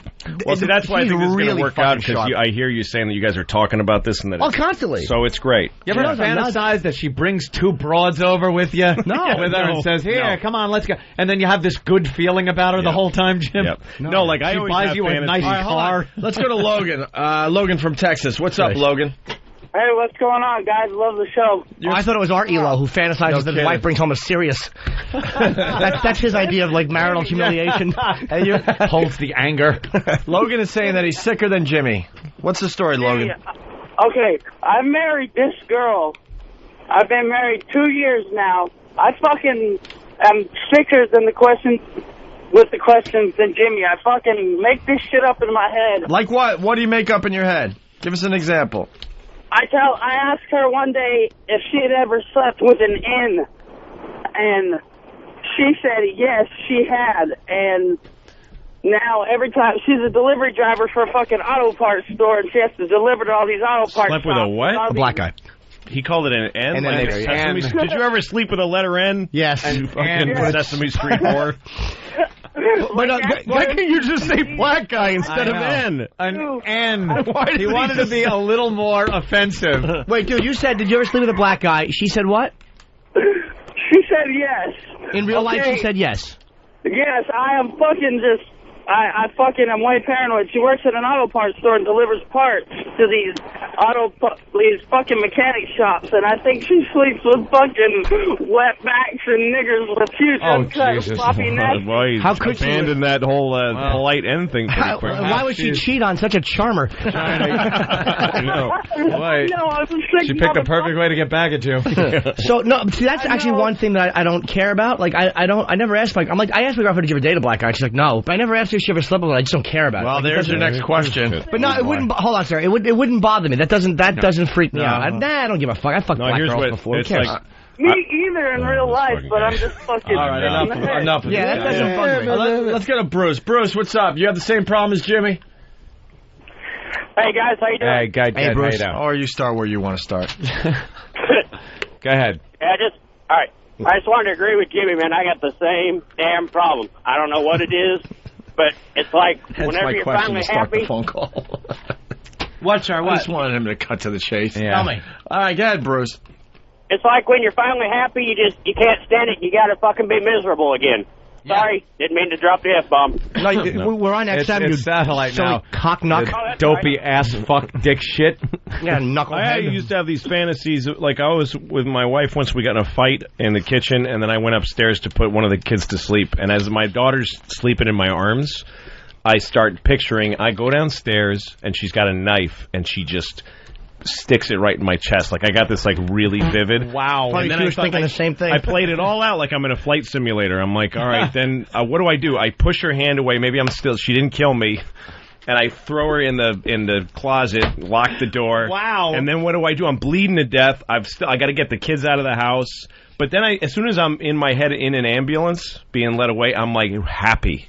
Because, like, now everybody knows. It's like the UN's got to come in with blue helmets. Everybody knows now that she's fucking crazy. She's nuts. Yes. It's been proven. Yes. Oh, Jesus. There's no one that will blame me for not going back to that house. This is fucking beyond me. The closest I could even come to anything like this is if you have a dream. Mm-hmm. Which is more than just having this daydream type thing. Right. It's like got a little more viscosity to it, you know? You got a little more to grab onto when it's a dream. Right. And then you wake up for the dream, and for a very short time where you're still in that groggy period, you look over and go, you fuck. You fucking do that to me? But it doesn't manifest into this fucking grudge that you hold on to and a little piece of it. I have to still be in that sleep awake portion of but that's about as close as I could get to what you guys are talking about. The only good thing is I do get over it, like where I would hold on to this shit for a long time with people. 'Cause I'm really nuts with some of this shit. But like the last time this happened, it was like we actually went home and she's like, what's wrong with you? And I'm like, I was like, by the end of the night, but by an hour later, we were like kissing and everything was good. We had sex. It was great. Like, as opposed to it being a week long. Like, I give myself credit. Like, it's improving vastly. You're getting better. Because we communicate a lot. And it's like, I know it's me. She's just done nothing wrong. She's not a perfect girl, but she doesn't cheat. She doesn't fuck it. None of it. It's just, I'm trying to find something to fucking wreck it. You're not just doing, you're thinking about it. You're making up shit. Yeah, we got another angle from Charlie in Philly. Charlie, what's up? What's up, Opie, Auntie, Jimmy, and Louie? What's up, guys? Hey, man, you forgot fan, but go right ahead, selfish. Oh, sorry. Jimmy. Yes. I've been married 21 years, and I go through all these scenarios with my wife and talk to her. Maybe subconsciously it turns you on, and it actually makes you set a goal to be better than the other guy. I do it to the point where I get so turned on and enraged at the same time. I fuck the shit out of her and just leave her laying there like a corpse on the bed. But it's awesome. It feels so good. So for me, there's a balance between that stuff. Like, there's a place where I could find my girlfriend being sexual with another person in theory. and in talk to be very sexy because I'm attracted to her physically. So to see, I mean, I'm a perv. So to see it, to think of my girl fucking a guy with a 10-inch dick, do I want to see that? Never. To think about it, like just to see her being dirty, yeah, I can fantasize. But then there's the little invisible line I cross. And it's like, am I doing this because I'm in a silly perv mood right now? Or am I trying to hurt and degrade myself and put myself in a place that I'll never come back from? Like, there's a weird thing I do with that. Like, there's sometimes where I'm doing it because it's like, baby, you're very sexy. I just want to picture you fucking sucking a guy's dick while I'm fucking you because you're dirty. And I want to picture you eating another girl. Like, that's the way my mind is working. And then there's other times where I'm like, okay, let's get to the reality is you want to fuck a guy with a bigger dick. Here's a sledgehammer. Hit me with it, and I'll never recover. Shit, like, there's a line there, and I don't know why I'm doing things half the time. Yeah. Wow. That's what I'm talking about. Where does this shit come from? I don't know. Could it be the little girl who left when I was a baby? I don't know. The evil dick. Yeah, evil dick. Smelly evil. I hate my dick. I'd love to fucking cut it off and throw it in the dustbin. I saw it in an episode. You should. I'd like to put it in the fucking ash can. We go to Arizona. We go to Arizona for the answer. It's Lindsay. Lindsay, what's up? Morning, boys. Good morning. We're trying to help little Jimmy today. I know, he sounds so sad. I feel so bad for him. I'm really not, I'll be honest with you, Lindsay, I'm really not sad. I don't understand what the fuck is wrong with me. Jim, it might have something to do with Monster Rain. I'm just going to throw it out there because, you've talked about it on the show before. With what? That was Monster Rain. That whole time for me, talk about it in therapy. Never heard about that? Monster Rain? We talk about it in therapy, the Monster Rain? Well, the whole time, because again, I have a pain-love association. I talk about it on stage. When I used to fantasize about Kiss when I was a kid, and again, they weren't sexual, my real fantasy about the group Kiss would be, because I worshipped them, that they would come over. And by the way, this is hysterical. But you ever heard this, Louis? No. But the tragic truth. Strap in, man. But it's not even that weird. It's that my fantasy when I was a kid is that Kiss would come over and they would beat me. And they would hurt me badly and throw me down a flight of steps. And then when I was at the bottom, devastated and crying, they would come down and hug me and love me and make it all better. And I remembered all through my life, my fantasies of relationships have been, like in high school I used to fantasize that a girl would see me being beaten, like and bludgeoned by people and bloody and somehow surviving it. Like, yeah, go ahead. Is that normal? I mean, like S&M a lot of times seems like no, not sexual. Nothing sexual. Like being beat up by guys just beating but you. No. And she would come over and love me. It's not about sex. It wasn't an S&M thing. You want to be healed, but you want the... that's true. It's not a gay thing. I wouldn't fantasize that men would hurt me, turn me on. You need the pain and fucking tragedy and just fucking awfulness first, and then before the love and shit. That means somebody in his past did something. That's the first love that you felt was something that came after something terrible happened to you. Probably. Somebody hurt you and somebody else hugged you, and you've never felt comfort like that. The doctor went to smack him when he came out of the womb, and a finger slipped right up his asshole. Yeah. First breath, he got a finger up his ass. You were violated. You were really scared by the violation, and then this person made it good by hugging you and going, "It's okay." But I was at a dentist once. I have a huge dental phobia. Like, if I need to get intravenous fucking knockout drugs to just get my teeth cleaned. It's really bad. But this guy, I'm fag. One time I had a tooth removed, and the guy, it was horrible, and tons of blood. It was so painful. And then afterwards, the dentist came up to me and put his hand around, his arm around me, and said, "You okay, buddy?" And he gave me some kind of drug to make me feel better. And I kind of wanted to kiss him on the mouth. I had a love for this man because he hurt me, and then he made me feel better. And I want him to fuck my face. It is the fucking terrorist hostage situation. Yeah. Where after a long time, you build up a relationship with these people, even though they're the ones that are putting you in the Stockholm Syndrome is called. Yes. Yep. Let's go to Toledo and say hi to Jason. Jason. Hey, guys. How's it going? Hey. Hey, my wife is just like Jimmy. She has a small cock and she doesn't make anybody come either. Well, sometimes. I love you too. Go ahead. I'm sorry. Sorry. Go ahead. No, you, buddy. She dreams these things up that I'm fucking a neighbor, and then she wakes up. She holds it against me. So now every time we're around the neighbors, I'm uncomfortable as hell. I don't know what to do. She does that all the time. She thinks I'm fucking my cousin's wife. See, I tend to do this. The last time I did this type of stuff was probably 8-10 years ago. It was with the last girl I was like, I loved Erin when I was dating her, but I wasn't in love with her because I didn't date her. Like I didn't know her as long as I know this girl. Like I loved her. But this girl I know for years, so I'm like in love with her too. I for some reason didn't do this with Erin, even though I did love her. I don't know why. But last time I did this was for real. Was like last long-term relationship I had, which was like 10 years ago, where I was in love with a girl, and I would always try to fucking find out about her ex-boyfriend. Here's the thing with dick size. I'm fine. My dick is fine. But that's something that is unchangeable. Like, that's why I'll focus on that. Like, because I know mentally I'm a pervert. Like, if you want to be spanked or your hair... I know I can do that. And I know that most things another guy did to you mentally, I can do. That's something that I can kind of handle, and I'm comfortable with that because my mind works well.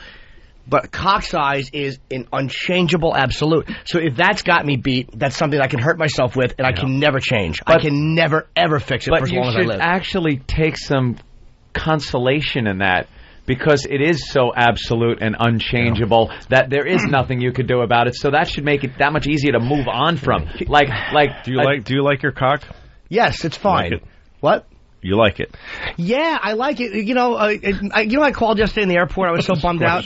I called fucking... Excuse me. I called... I'm sorry. I have to burp like that. I love burping that way. Oh my God. A lizard burp. It just stuck out. That's a good one, bud. Get that for our machines. It's like a shark burp. That's a good one. I called Patrice yesterday, because Patrice and I have the same type of fucking lunacy, and he was good to talk to, because he certainly relates to all that. I know he's a disgusting... perv, and I also know that he's a vulnerable, weak, frightened nothing. Yeah. You know, he's a combination, which is nice. And we talked about it. He's also black. Well, I forget that. Whenever I'm asking for advice, I just never look at his color, or I won't take the advice seriously. But no, he made some good sense. We had a nice chat yesterday. But see, they're going to be bigger dicks. No. And they're going to be smaller dicks. Yes. And whatever girl you're with, perhaps, if you inquire, will have been with smaller and or bigger dicks. Well, I was bugging her one day about it, like, and I think she was annoyed at me, and she didn't know what to say. She's like, "Look, well, I've definitely fucked guys with bigger dicks." Like, did you have to? I kind of laughed, like, phrasing, baby. Phrasing is very important. Definitely, the word "definitely" was not. It's almost like, hey, Goose, I've been protecting you from this info. Right. But you're not fucking dressing yourself up in a deer suit. I know. Handing a rifle to a hunter, and then when he shoots you go, hey. But no. I'm Harry Whittington, and Dick Cheney shot me, and I'm a little surprised. There's a difference. I was hunting, but I wasn't wearing a deer suit. You still have to go on TV and apologize that you were shot. What, asking sweetie? for it. Did you get a lot of love after your suicide attempt? That's coming in, and I kind of like that thought there. I will say yes and no. It was more embarrassment, but this has been going on long before then. When the fuck did you try to kill yourself? When I was drinking and stuff like that. It was more just I'm all sliced up. Faggot. Yeah, I know. It's all nonsense. Why don't you do it, you fucking... Believe me, you're preaching to the choir. You think I don't realize I should have had a gun? But did you get a lot of love after the suicide attempt that you weren't getting beforehand? Like, God. I would say not really, no, because I was more embarrassed by the whole thing, so I didn't want to. I was like, because I sobered up. I was in rehab. I felt like a douche. Sure. That was part of the reason I did it, was to get that feeling. But again, it goes way before that. I didn't learn anything from that. That was a behavior trying to recapture something I'd learned earlier, if that makes any sense, like that suffering. And I just had a thought, too, about the... I was just about to tell my girlfriend, because she's like, I don't know why you think about this. She's like, this is so much in your head. This is not something She's like, well, I'm not having sex with you thinking I wish you had a bigger dick. I'm happy. I like having sex. And I know she's being truthful. Is it just the way that you quoted her phrasing? Well, okay, I've definitely had bigger dicks. It was almost a resignation. You are like forcing her to say that. I know. You want to hear that come out of her mouth? So that you can say, you see, you think my dick's too small. I'm going to go over here and jack off to something else. If it's a fact, then it's not honest to say it. Like, I said to her, like, let's say that we were dating, and you knew that my history was my favorite thing to do is titty fuck girls, and I only like all the girls I've dated, or a couple of girls that had double D tits, and my thing was titty fucking. I love that. Let's say you had A breast, which he doesn't, but I'm like, no matter how much I loved you, you have A breasts. Like, I want to titty fuck you, I'm attracted to you, but I love you, you're great, but that's it. I cannot make that happen because your tits aren't what I need for that. You're trying really hard. You're like a lawyer against... But that's not that big of a stretch, though. Yeah, but see, you're working so hard to find a way to hate your own dick. No, I'm actually, but I am in a way working hard to explain it to somebody who thinks it's crazy. I could get your explanation, but is the act of titty fucking more important than everything else in your relationship? No. If it is, then leave the fucking relationship. No. If it isn't, then just fucking deal with it and move on. No, but if she said to me one day, you would like sex better if my tits were bigger, I couldn't deny it and say she was wrong. Maybe, okay, no. You could say, I fucked bigger tits. I could, but then the fact would be, I like girls with bigger tits. So that when I said that to her, it's almost like if that's required for you, if you really like that, even though you love me and stuff, if I can't give you that, you know what I mean? Like, you'll still love fucking me, but there will always be that little asterisk. The titty fuck thing is not that crazy of an example. But no, it's not. It's not. But you're never gonna find the perfect everything. Well, the thing is, you're working in the wrong direction. You're working really hard to say I don't deserve this. You should let the girl fuck somebody who just enjoys the fuck, comes on her ass, and goes home instead of this silliness. And think of how big your dick looks in between small titties. Problem solved. Small dick, small tits look. But do you understand? I don't have a small dick. My dick's fine. Hey, Jimmy, don't worry. I'm not criticizing your cock. I've seen it. It's beautiful. No, I mean, I'm not feeling sorry for myself. What I'm saying is, like I don't want my dick to be fine. I don't want to be mediocre with my dick. That's what me and Patrice talked about.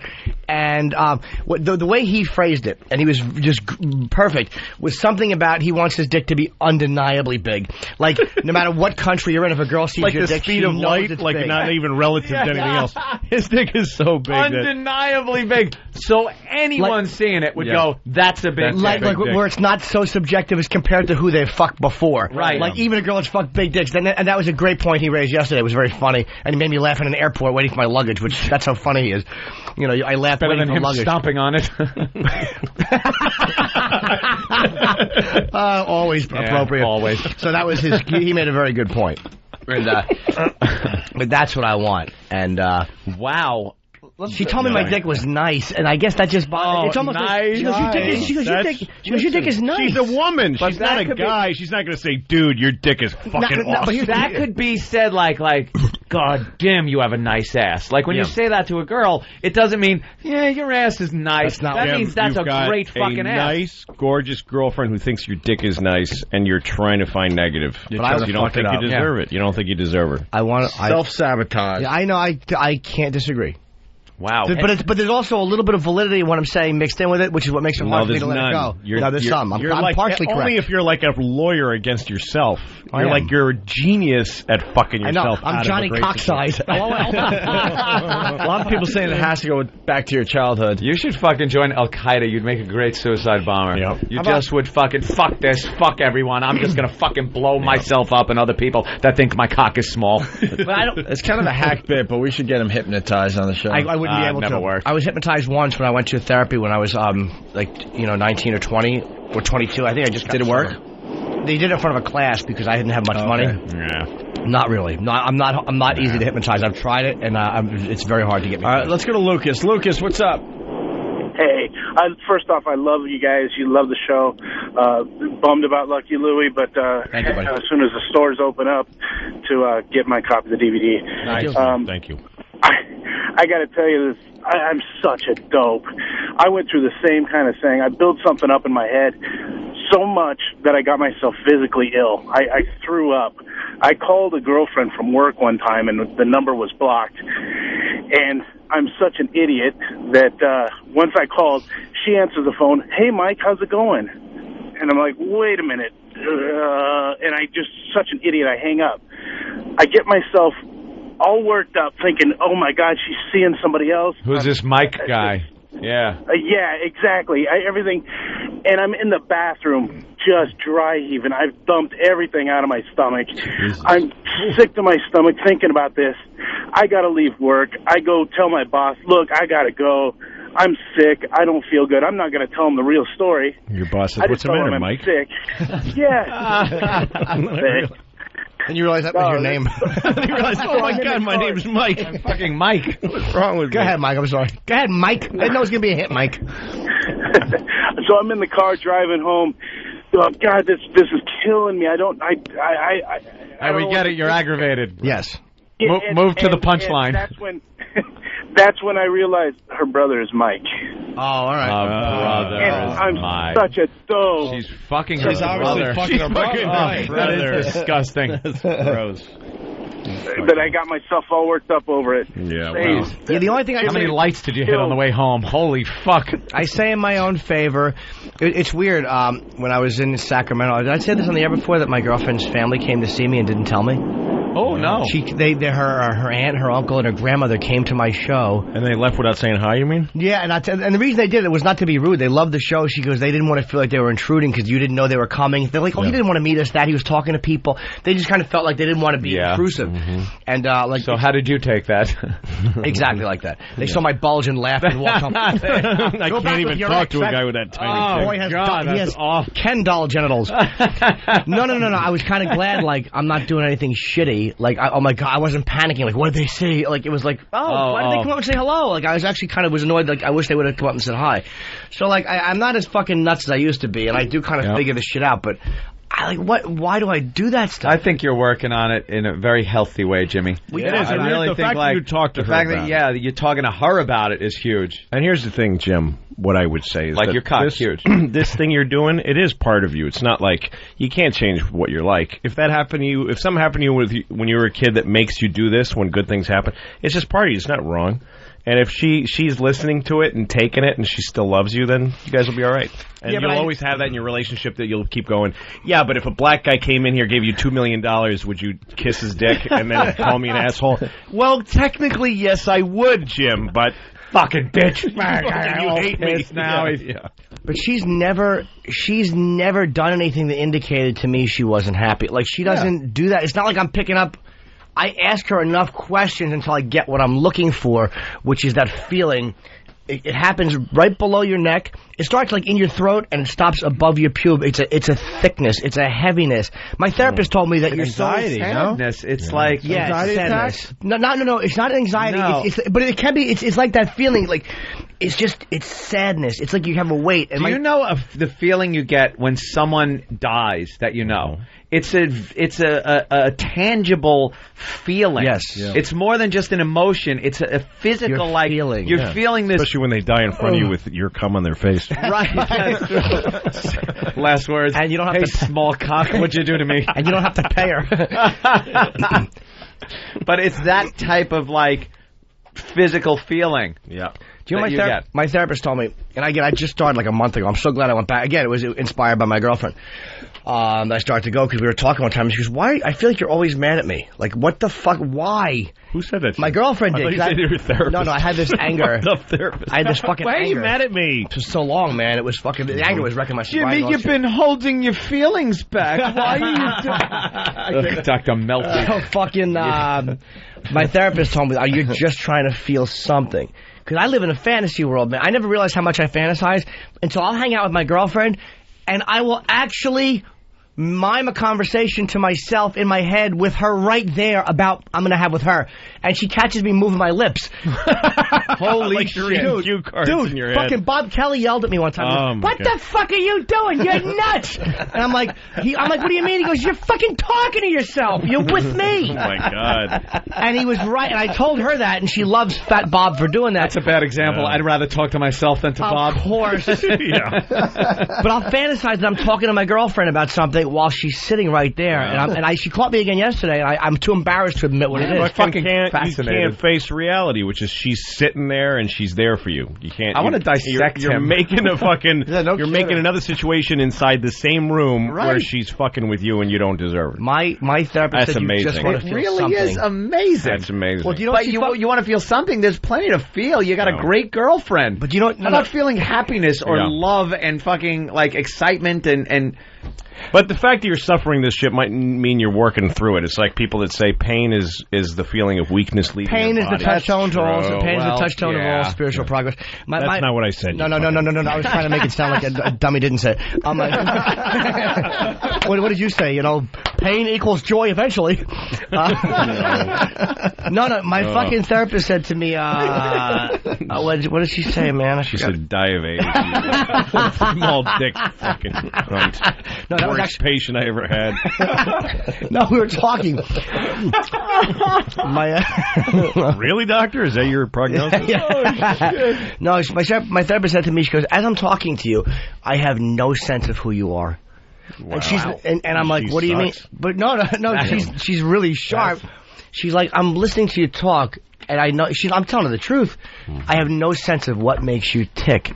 It's almost like the sexual stuff is so distracting, and I use it to constantly distract and focus away from myself. It's fucking lunacy, man. I'm trying to figure out if I know Jimmy, now that you've said that. I don't know. Like the therapist, it's only been a couple of weeks, right?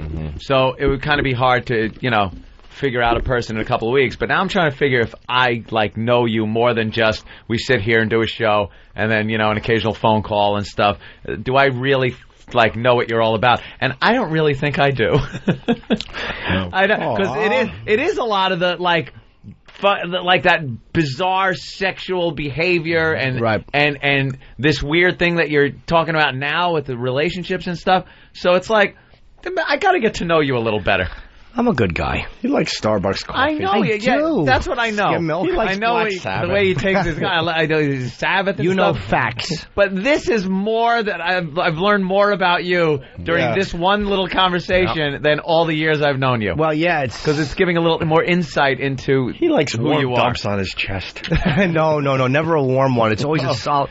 Although a nugget. Boy, I'm not going to go any farther than this detail. I'm very optimistic for you, Jimmy. I did remember recently when I was very, very young that I was smelling somebody's shit. Oh, no. In an abandoned house. Somebody had taken a shit. This is it. This is it. And this one thing a very that's unbelievably vague, weird memory of leaning over and smelling somebody. I mean, again, I was as young as you can be because I remember the abandoned house in Edison.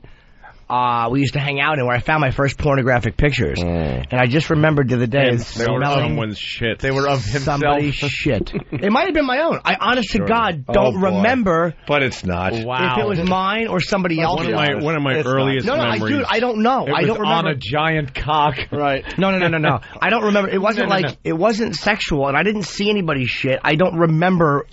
But this is an actual event that happened? I just remember smelling it. Oh, wow. And not like an animal in a weird way. I don't know why I did it or what it did for me. One of my earliest memories was being in Mexico City at my grandmother's house, and it's a huge Christmas dinner, and I'm in the bathroom, so there's just voices of 20, 30 people in the other room. And I thought that, I was a little boy, I thought boys pee standing up and poop sitting down. So I'm pissing and I have to shit too, and I'm standing there and I just shit on the floor. And so instead of, I gotta clean it up, but instead of taking toilet paper and picking up the shit, I'm gonna try to wipe it up. So I just smear it fucking all over the floor and the walls. Stupid kids. I'm like a fucking Irish famine, guy. Fucking hunger strike, dude. Just shit all over my face, all over the toilet and the walls. And then my uncle walked in and said, "Oh my God," and jerked off on you. That's the thing is, my memory is that he washed my hands and said, "I'll take care of this." And let me alone. But part of me wonders if one day that's going to snap into what really happened, which is that he rubbed his dick in the shit and that suck it off or whatever. You've covered it into this. You were shitting, they were outside thing. Yeah. Exactly. Yeah, there are times you figure you got to think. You're like, wait a minute, am I remembering this accurately? Yeah. I was young, and this, that. Am I editing out many mouth fucks? Yeah, what the fuck? The story. All right, hey, Jessica has a question before we take a break here. Jessica, go ahead. Let's scare Jessica to death. Hey, what is going on? Jimmy was supposed to be at the DC Improv, and I just found out the show's been canceled. I'm terribly, terribly upset. Canceled? They got a comic with a bigger dick. Yeah, exactly. They just called yesterday to refund my ticket. No, so what's happening, sweetheart, I'll be honest, is I'm shooting an hour HBO special. I don't know exactly when it's going to be or where, but it may not happen there, but I am fighting to have it done in Washington, D.C. Easy, And And that was why the improv was canceled. Yourself.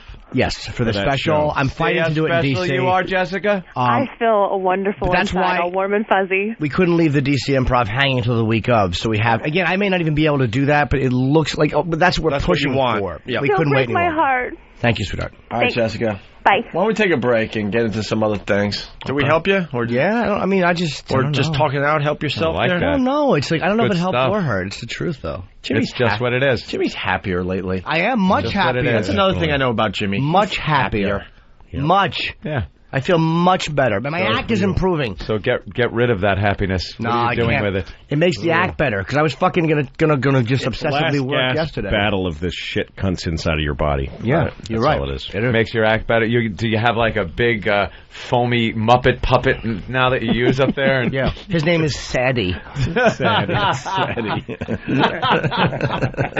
Get us out of here. The Norton and Faggot Show. That's what we should call it, program.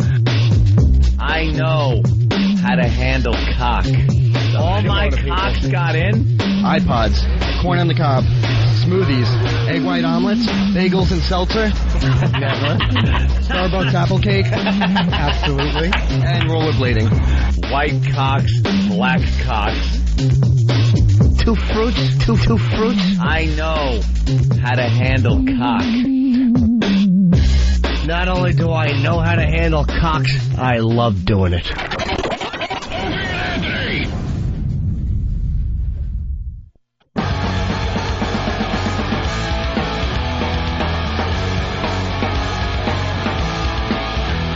All right. Louis C.K. in studio. Lucky Louie on DVD. Today you can buy it in stores. Oh, yeah, we got the E-Rock and Bill UFC bet. Ooh.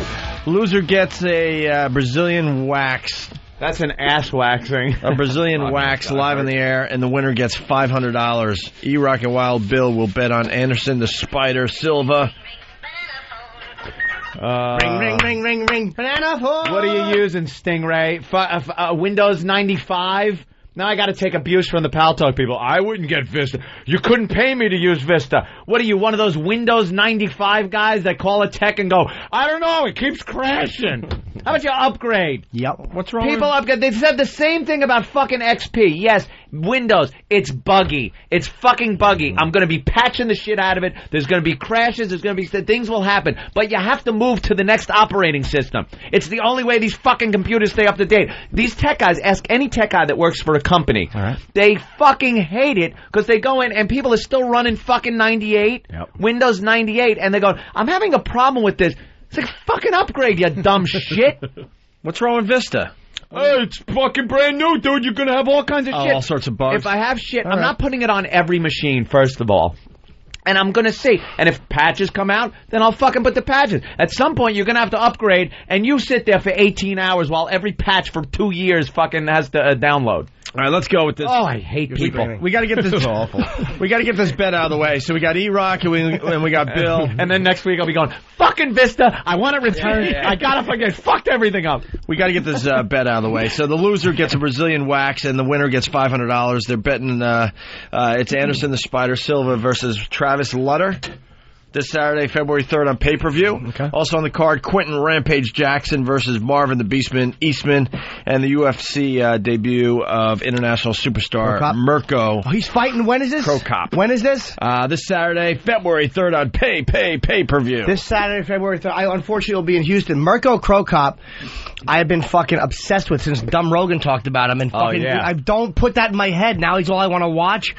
And the first Crocop... Yeah, but now that you're doing more besides having sex, it's... Dude, you know, you got these things to look forward to, Jimmy. Let me tell you something about fucking Mirko Crocop. Rogan was right.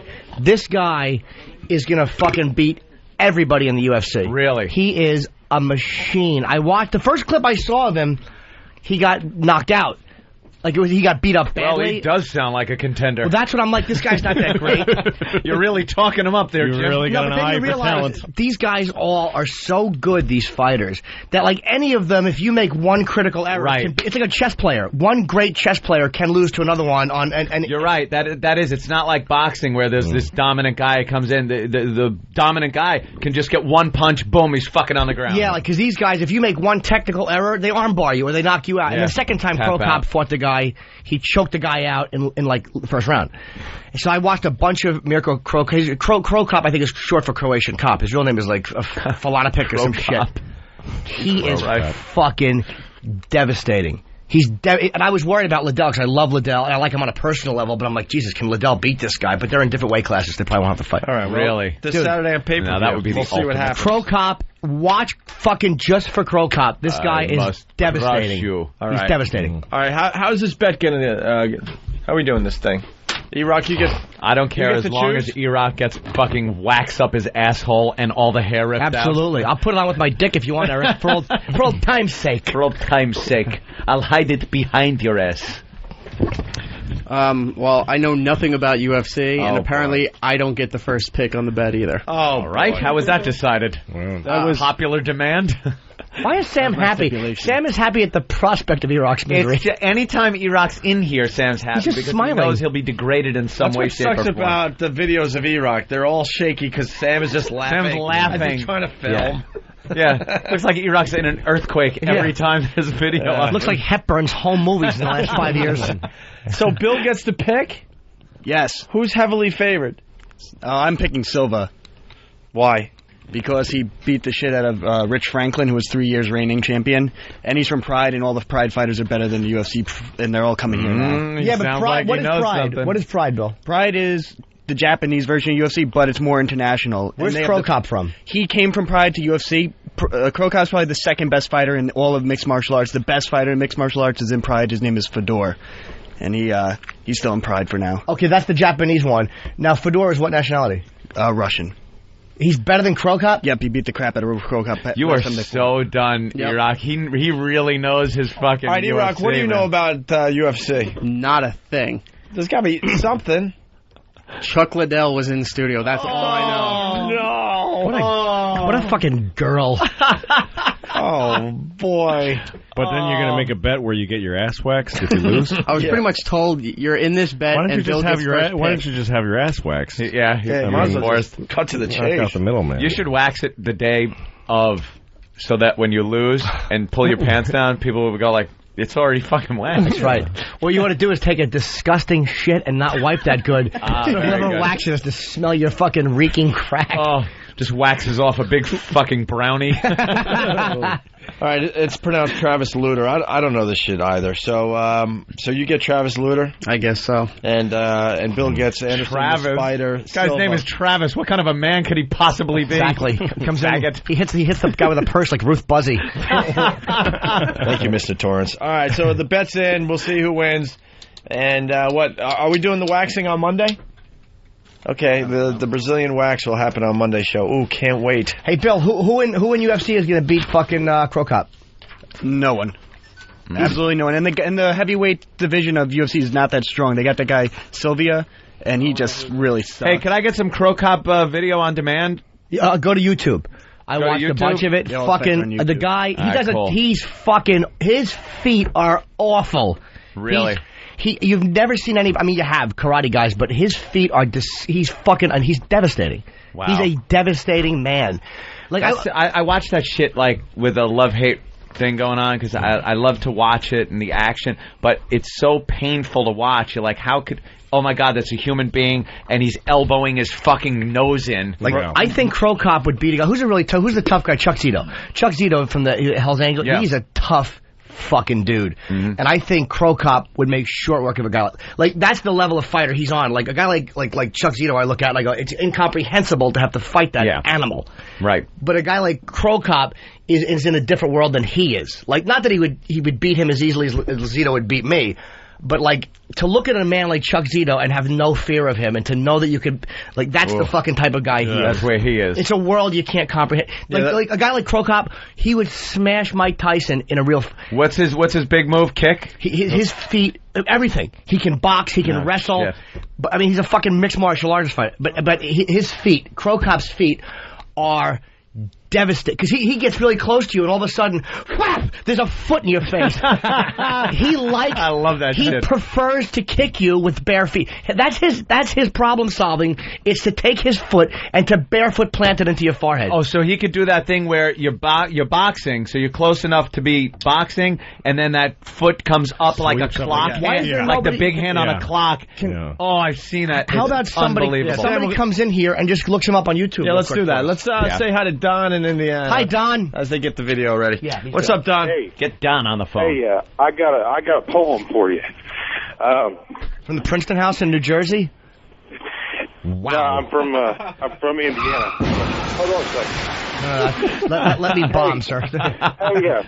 Hey, you guys there? Yes, sir. Yeah, speak. I had to get outside because I was in a office in there. Nobody they couldn't hear this poem. I was wondering. So, I'm out of breath, too. I was running outside. Oh, God. I hope you're okay. I hope you're going to be all right. Take your time, please. What else is going on? I hate to have this call end abruptly. How's your heart rate from your mother's cunt?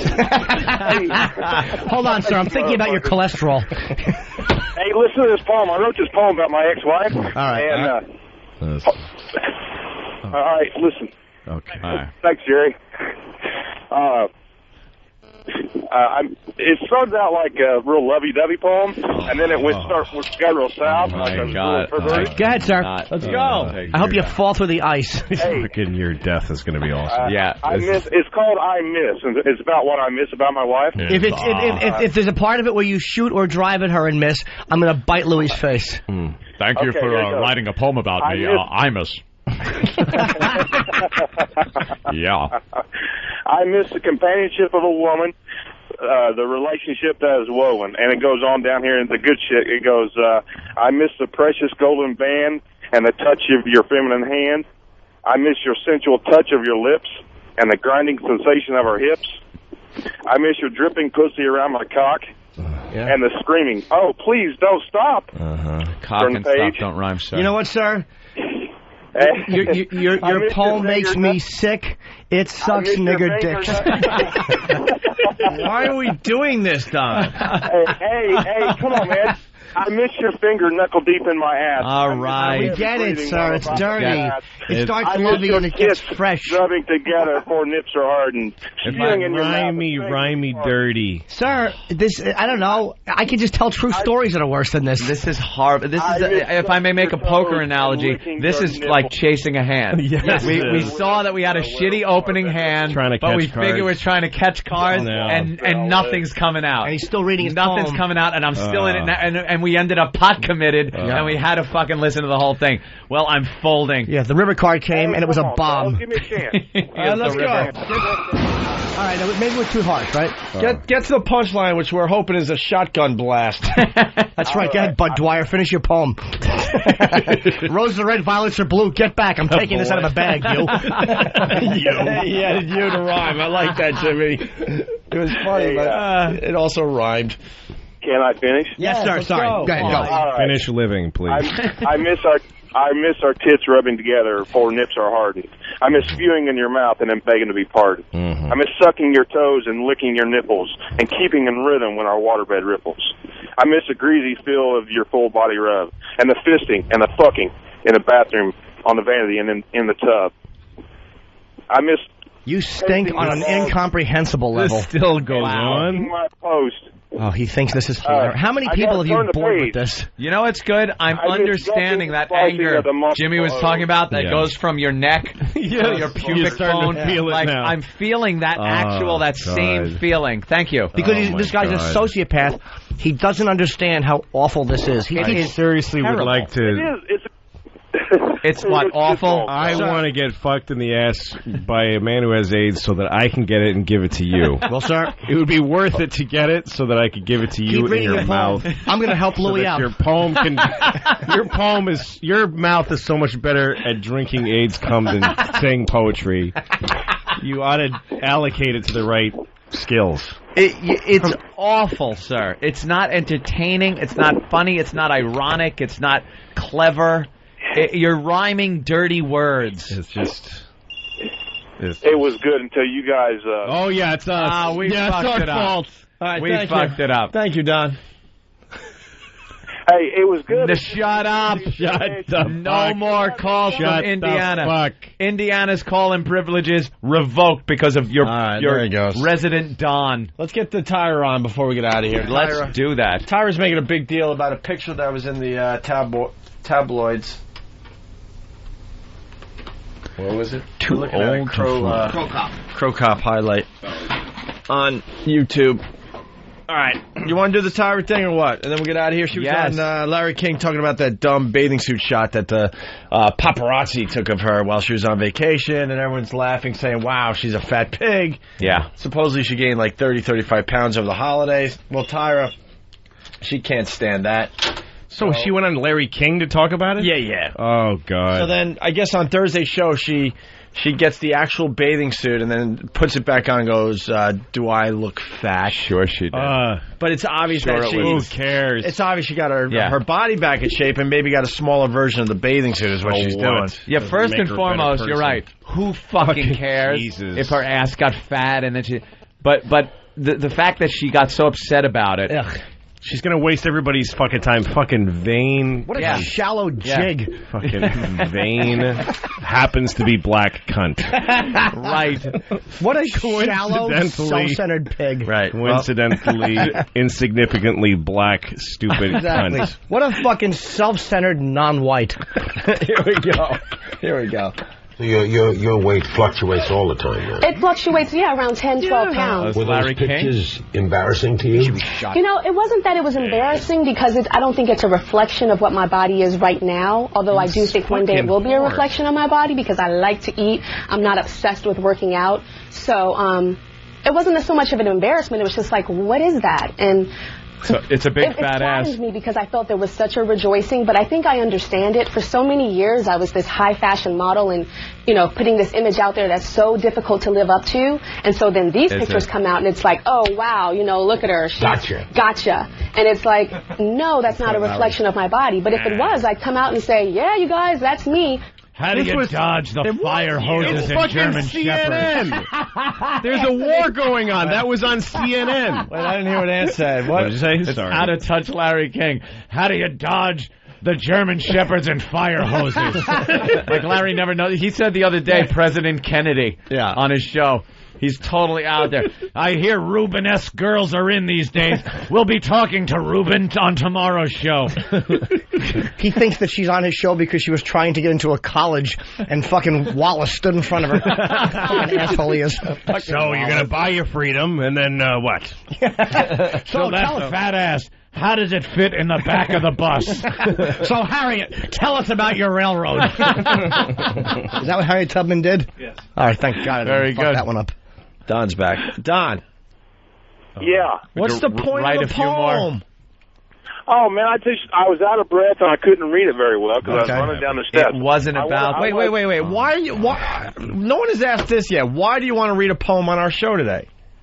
Well, because I wrote it in regards to my ex-wife, and a lot of guys said it was funny, and they what guys said it was funny? I want their names, and I'm going to have their funny bones revoked. You making different voices for your own benefit. Yeah, what guy said that was funny? You like my poem? Yes, I do, Don. It was great. All right, give us one more line, or a funny line, or a stanza. The big laugh. Give us the best line in the poem, the one that you were like, wow, this is the best line. Well, if I read it from the beginning. Stop it. Listen to direction, sir. We only need the line that you feel is the best line of the poem, the one where you wrote it down and went, holy shit, that's funny. Give us that. Okay, how about I hope he's still reading out of breath. You dumb fuck. A fucking smoker. He lives in Aspen. What a douche. More Tyra on Larry King. And for them to say, all these negative things, I have a show, the Tyra Banks show, and so many girls that do have that body or that are even heavier than that. look up to me and they say, Tyra, you weigh 30 pounds heavier than those models that are on the runway right now, and you make me feel beautiful. I look at your body and I feel beautiful. So when the tabloids are saying that that's ugly, that's disgusting, it makes me think of my audience. Oh, what a... Oh, my God. Hey, that's kind of a backhanded compliment. Oh, you smelly whore. When they tell me it's ugly and disgusting, makes me think of my audience. You know something? We feel the same way. What a self-centered woman. Rancid cunt. Isn't she a fucking... I hate her so much right now. She's not doing this for her audience. She's inspired her fat pig audience. She can't bear bad news. Right. She's a fat pig. Can we please somehow... We're on commercial radio in New York as well. Yeah. Please get the word... Tyra's a fat pig. Tyra is a fat Can we pig. send somebody... Where's her show taped? Is it New York?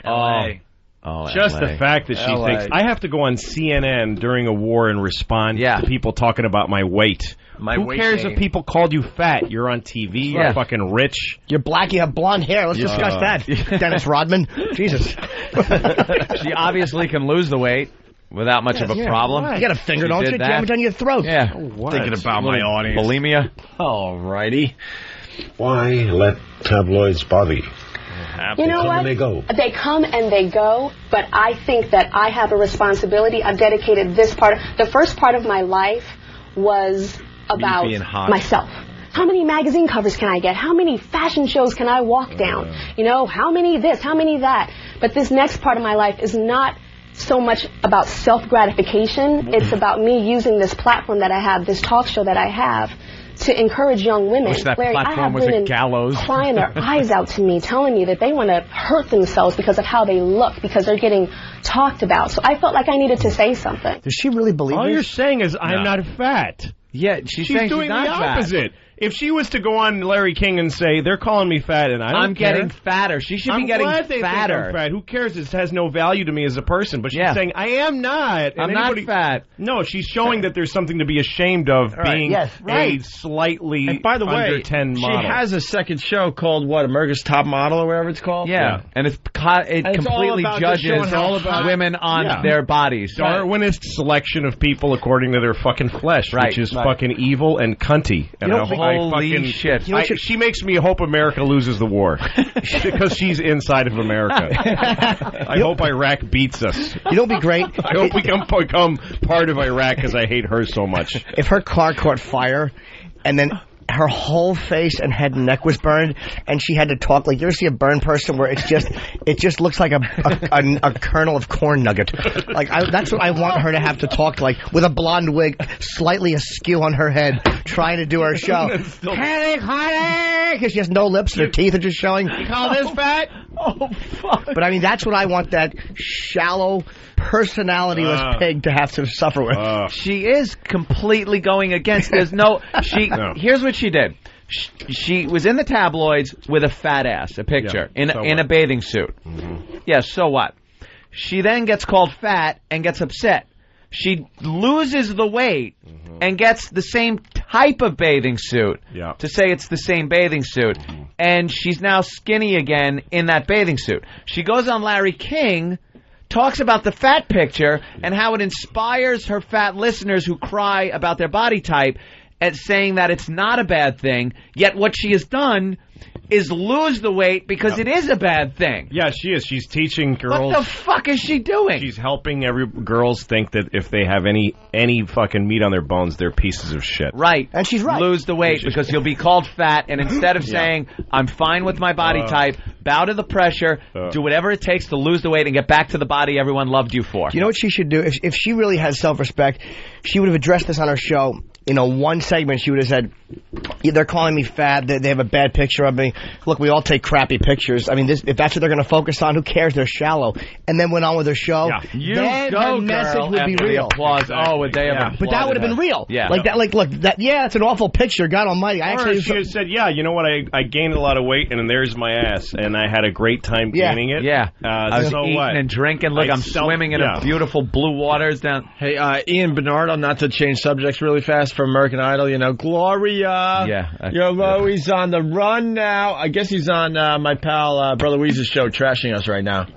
Anyone in Rochester that could tune that in? What real is that fast for us? fucking faggot trashing us I'm for? trying to find, get to the bottom of that. Enough. All right, back to Tyra. Practically You're trashed him. done. Hopefully somebody in Then the fine. Rochester area could tune in WCMF. Suck a cock for me. Here we go. Oh, not me. Now, according to people, your biggest source of figure angst is your bust size. Yes, it Do is. you have a large bust for a fashion model? Yes, even when I was a fashion model, I was around a. I feel so strange talking to you about bust size. Does the right now. master of the house ever suckle them after you've been in the field all day? How much do you cost? You got good childbearing hips. Can I check your teeth? Why did you spit in Sandy Duncan's water? Large bust for a fashion model? Yes, even when I was a fashion model, I was around a. I feel so strange talking to you about bust size right now. Do you really? Fucking Why? liar. Because it's like, I don't know. It's just, I don't know. I'm a white man. I could have you shot for that. Okay, dear. But when I was a model, I was around a C cup, and now I'm a little bit bigger than a D. I don't like to say what it is, So but you would not be a Vogue model today, right? no, there's no way. I don't think. No. Double D tits and fat, dark manhole covered nipples. Yeah. Like to suckle them and then kill her. Nice. I feel weird talking about bust size. Okay, I'll just call them tits. Yeah. Wouldn't it be funny if he tried to improv and he goes, well, who are you, Nancy Reagan? We'll be back. Or maybe not. Why don't they want well-busted women? Well-busted women. Well, you know, when I was a fashion Well busted. What's that? Broke? Yeah, exactly. Was she a criminal who got caught? Larry King. You're busted. Larry King's got a tit fetish. I know. That's great.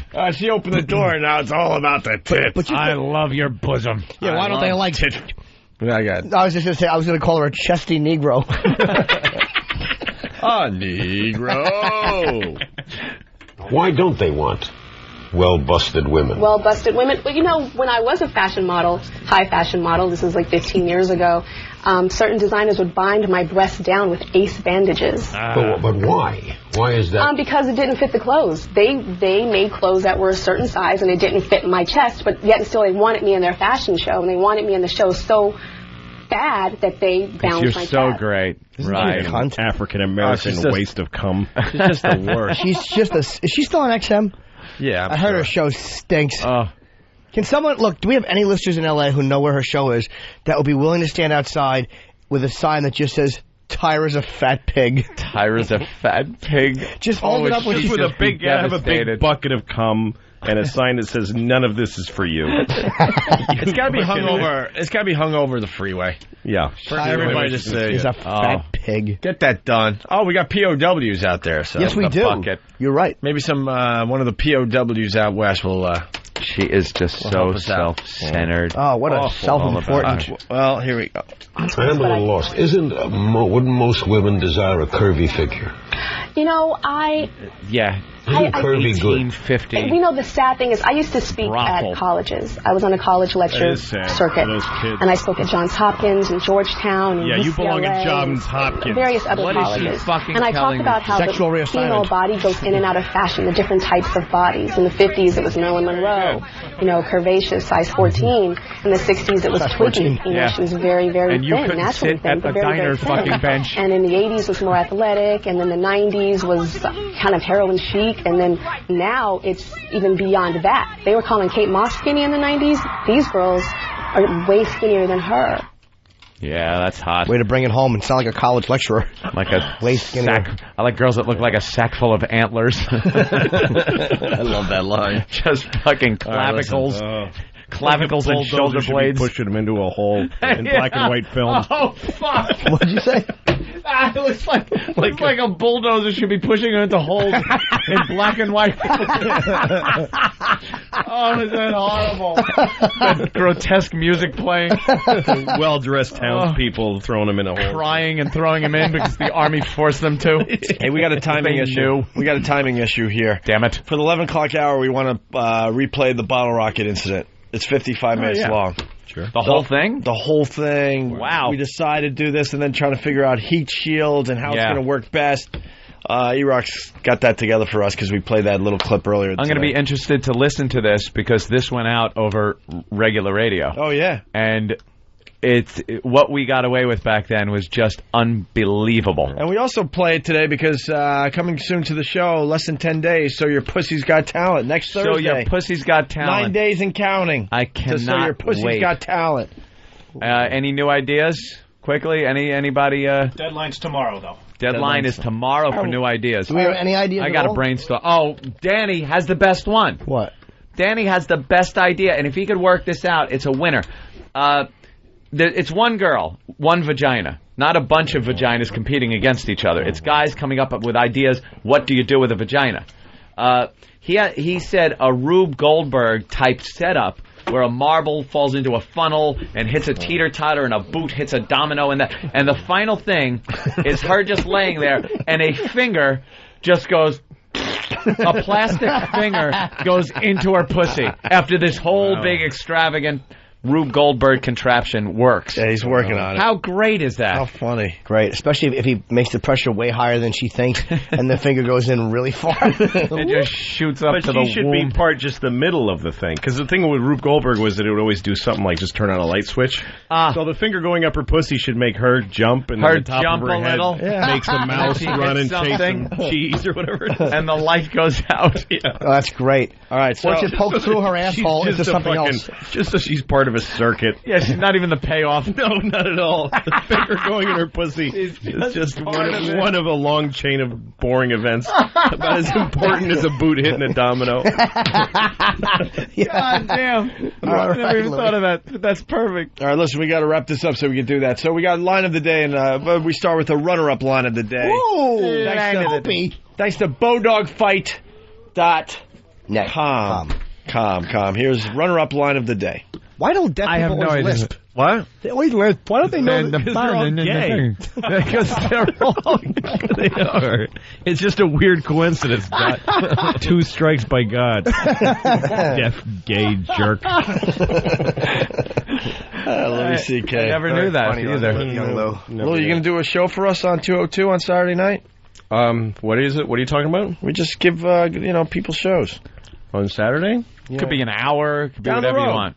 Oh, Patrice is doing this Saturday. Yeah, We'll give you a couple hours and do whatever you want with it. that would be a lot of fun. I'd like that. All right, we'll Thanks figure for it out. asking me. Because people are asking. Yeah. Okay. People are asking, so we'll figure it out. People digging the Louis. A Saturday down the road, it'll be just you in here with whoever the fuck you want, doing what you want to do. Thank you. I'd All like right? that. Appreciate And let's not forget Lucky Louie on DVD starting today. I might go buy it after. I never bought a DVD that I'm in. Yeah, that's what we should just go do impromptu signings. Just go into stores. Yeah. Go For ahead. people who don't Just like watch the us. show. See if anybody gives a fuck. This is us, you fuck. Yeah. Buy it. Like, really threaten them. Yeah. Be really You want that threatening. signed? Like somebody's just looking You at want it, not this even signed, thinking it. right? You want that signed or not? Sign. Now you got to Get outta fucking here. buy it. And the store be like, what are you doing here? We're doing a signing. We didn't know. Yes, we're signing This this. is us, asshole. Just take over it like a fucking You're crime. fired. Like, as if you have any rights in this. All right. Go to BowDogFight.com, see what they're all about. They sponsor Line of the Day. Yes, they do. And here it is. Here it is. Here comes. Line of the day? Nope. Line of the day. I knew it. Line of the day.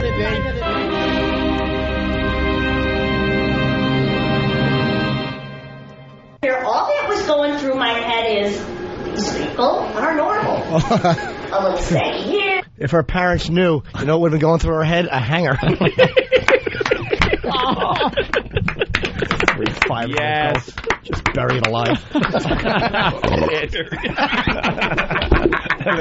And they end with the new Jim Norton burp. I love it. The flappy burp. I will say, I know it was last minute, but an honorable mention had to have been given to the fucking black and white footage. Being pushed into a hole. It was just too last minute for the boys to put it together. That would've Can I hear the definitely- burp again? You got the burp? That's got to end every Line of the Day now. We'll move on from the David Caruso Who Scream, Roger Daltrey great. Scream. All right, hey, Louie, thank you once Thank you, again. guys. Louis, Go out and can't, get Lucky thank Louie you on enough. DVD. Great. Thank you. Love being here. Fucking fun, man. Yeah. More fun than my marriage. I'm very happy. With that, we'll see you guys tomorrow. Later, man. The Opie and Anthony Show. Gut busting, ab crunching. Boy, how bad can it get? Have you seen a man eat his own head? Yes! Now you'll get used to it. Anthony spent $300 on fags. Ass clown. Anthony. This is the freakiest show I've ever been party to. It should be illegal. The Opie and Anthony Show. You guys suck! All that talk is crazy. Line of the Day is brought to you by Bodog. If you'd like to vote on any of the weekly show polls, go to iliketolisten.com.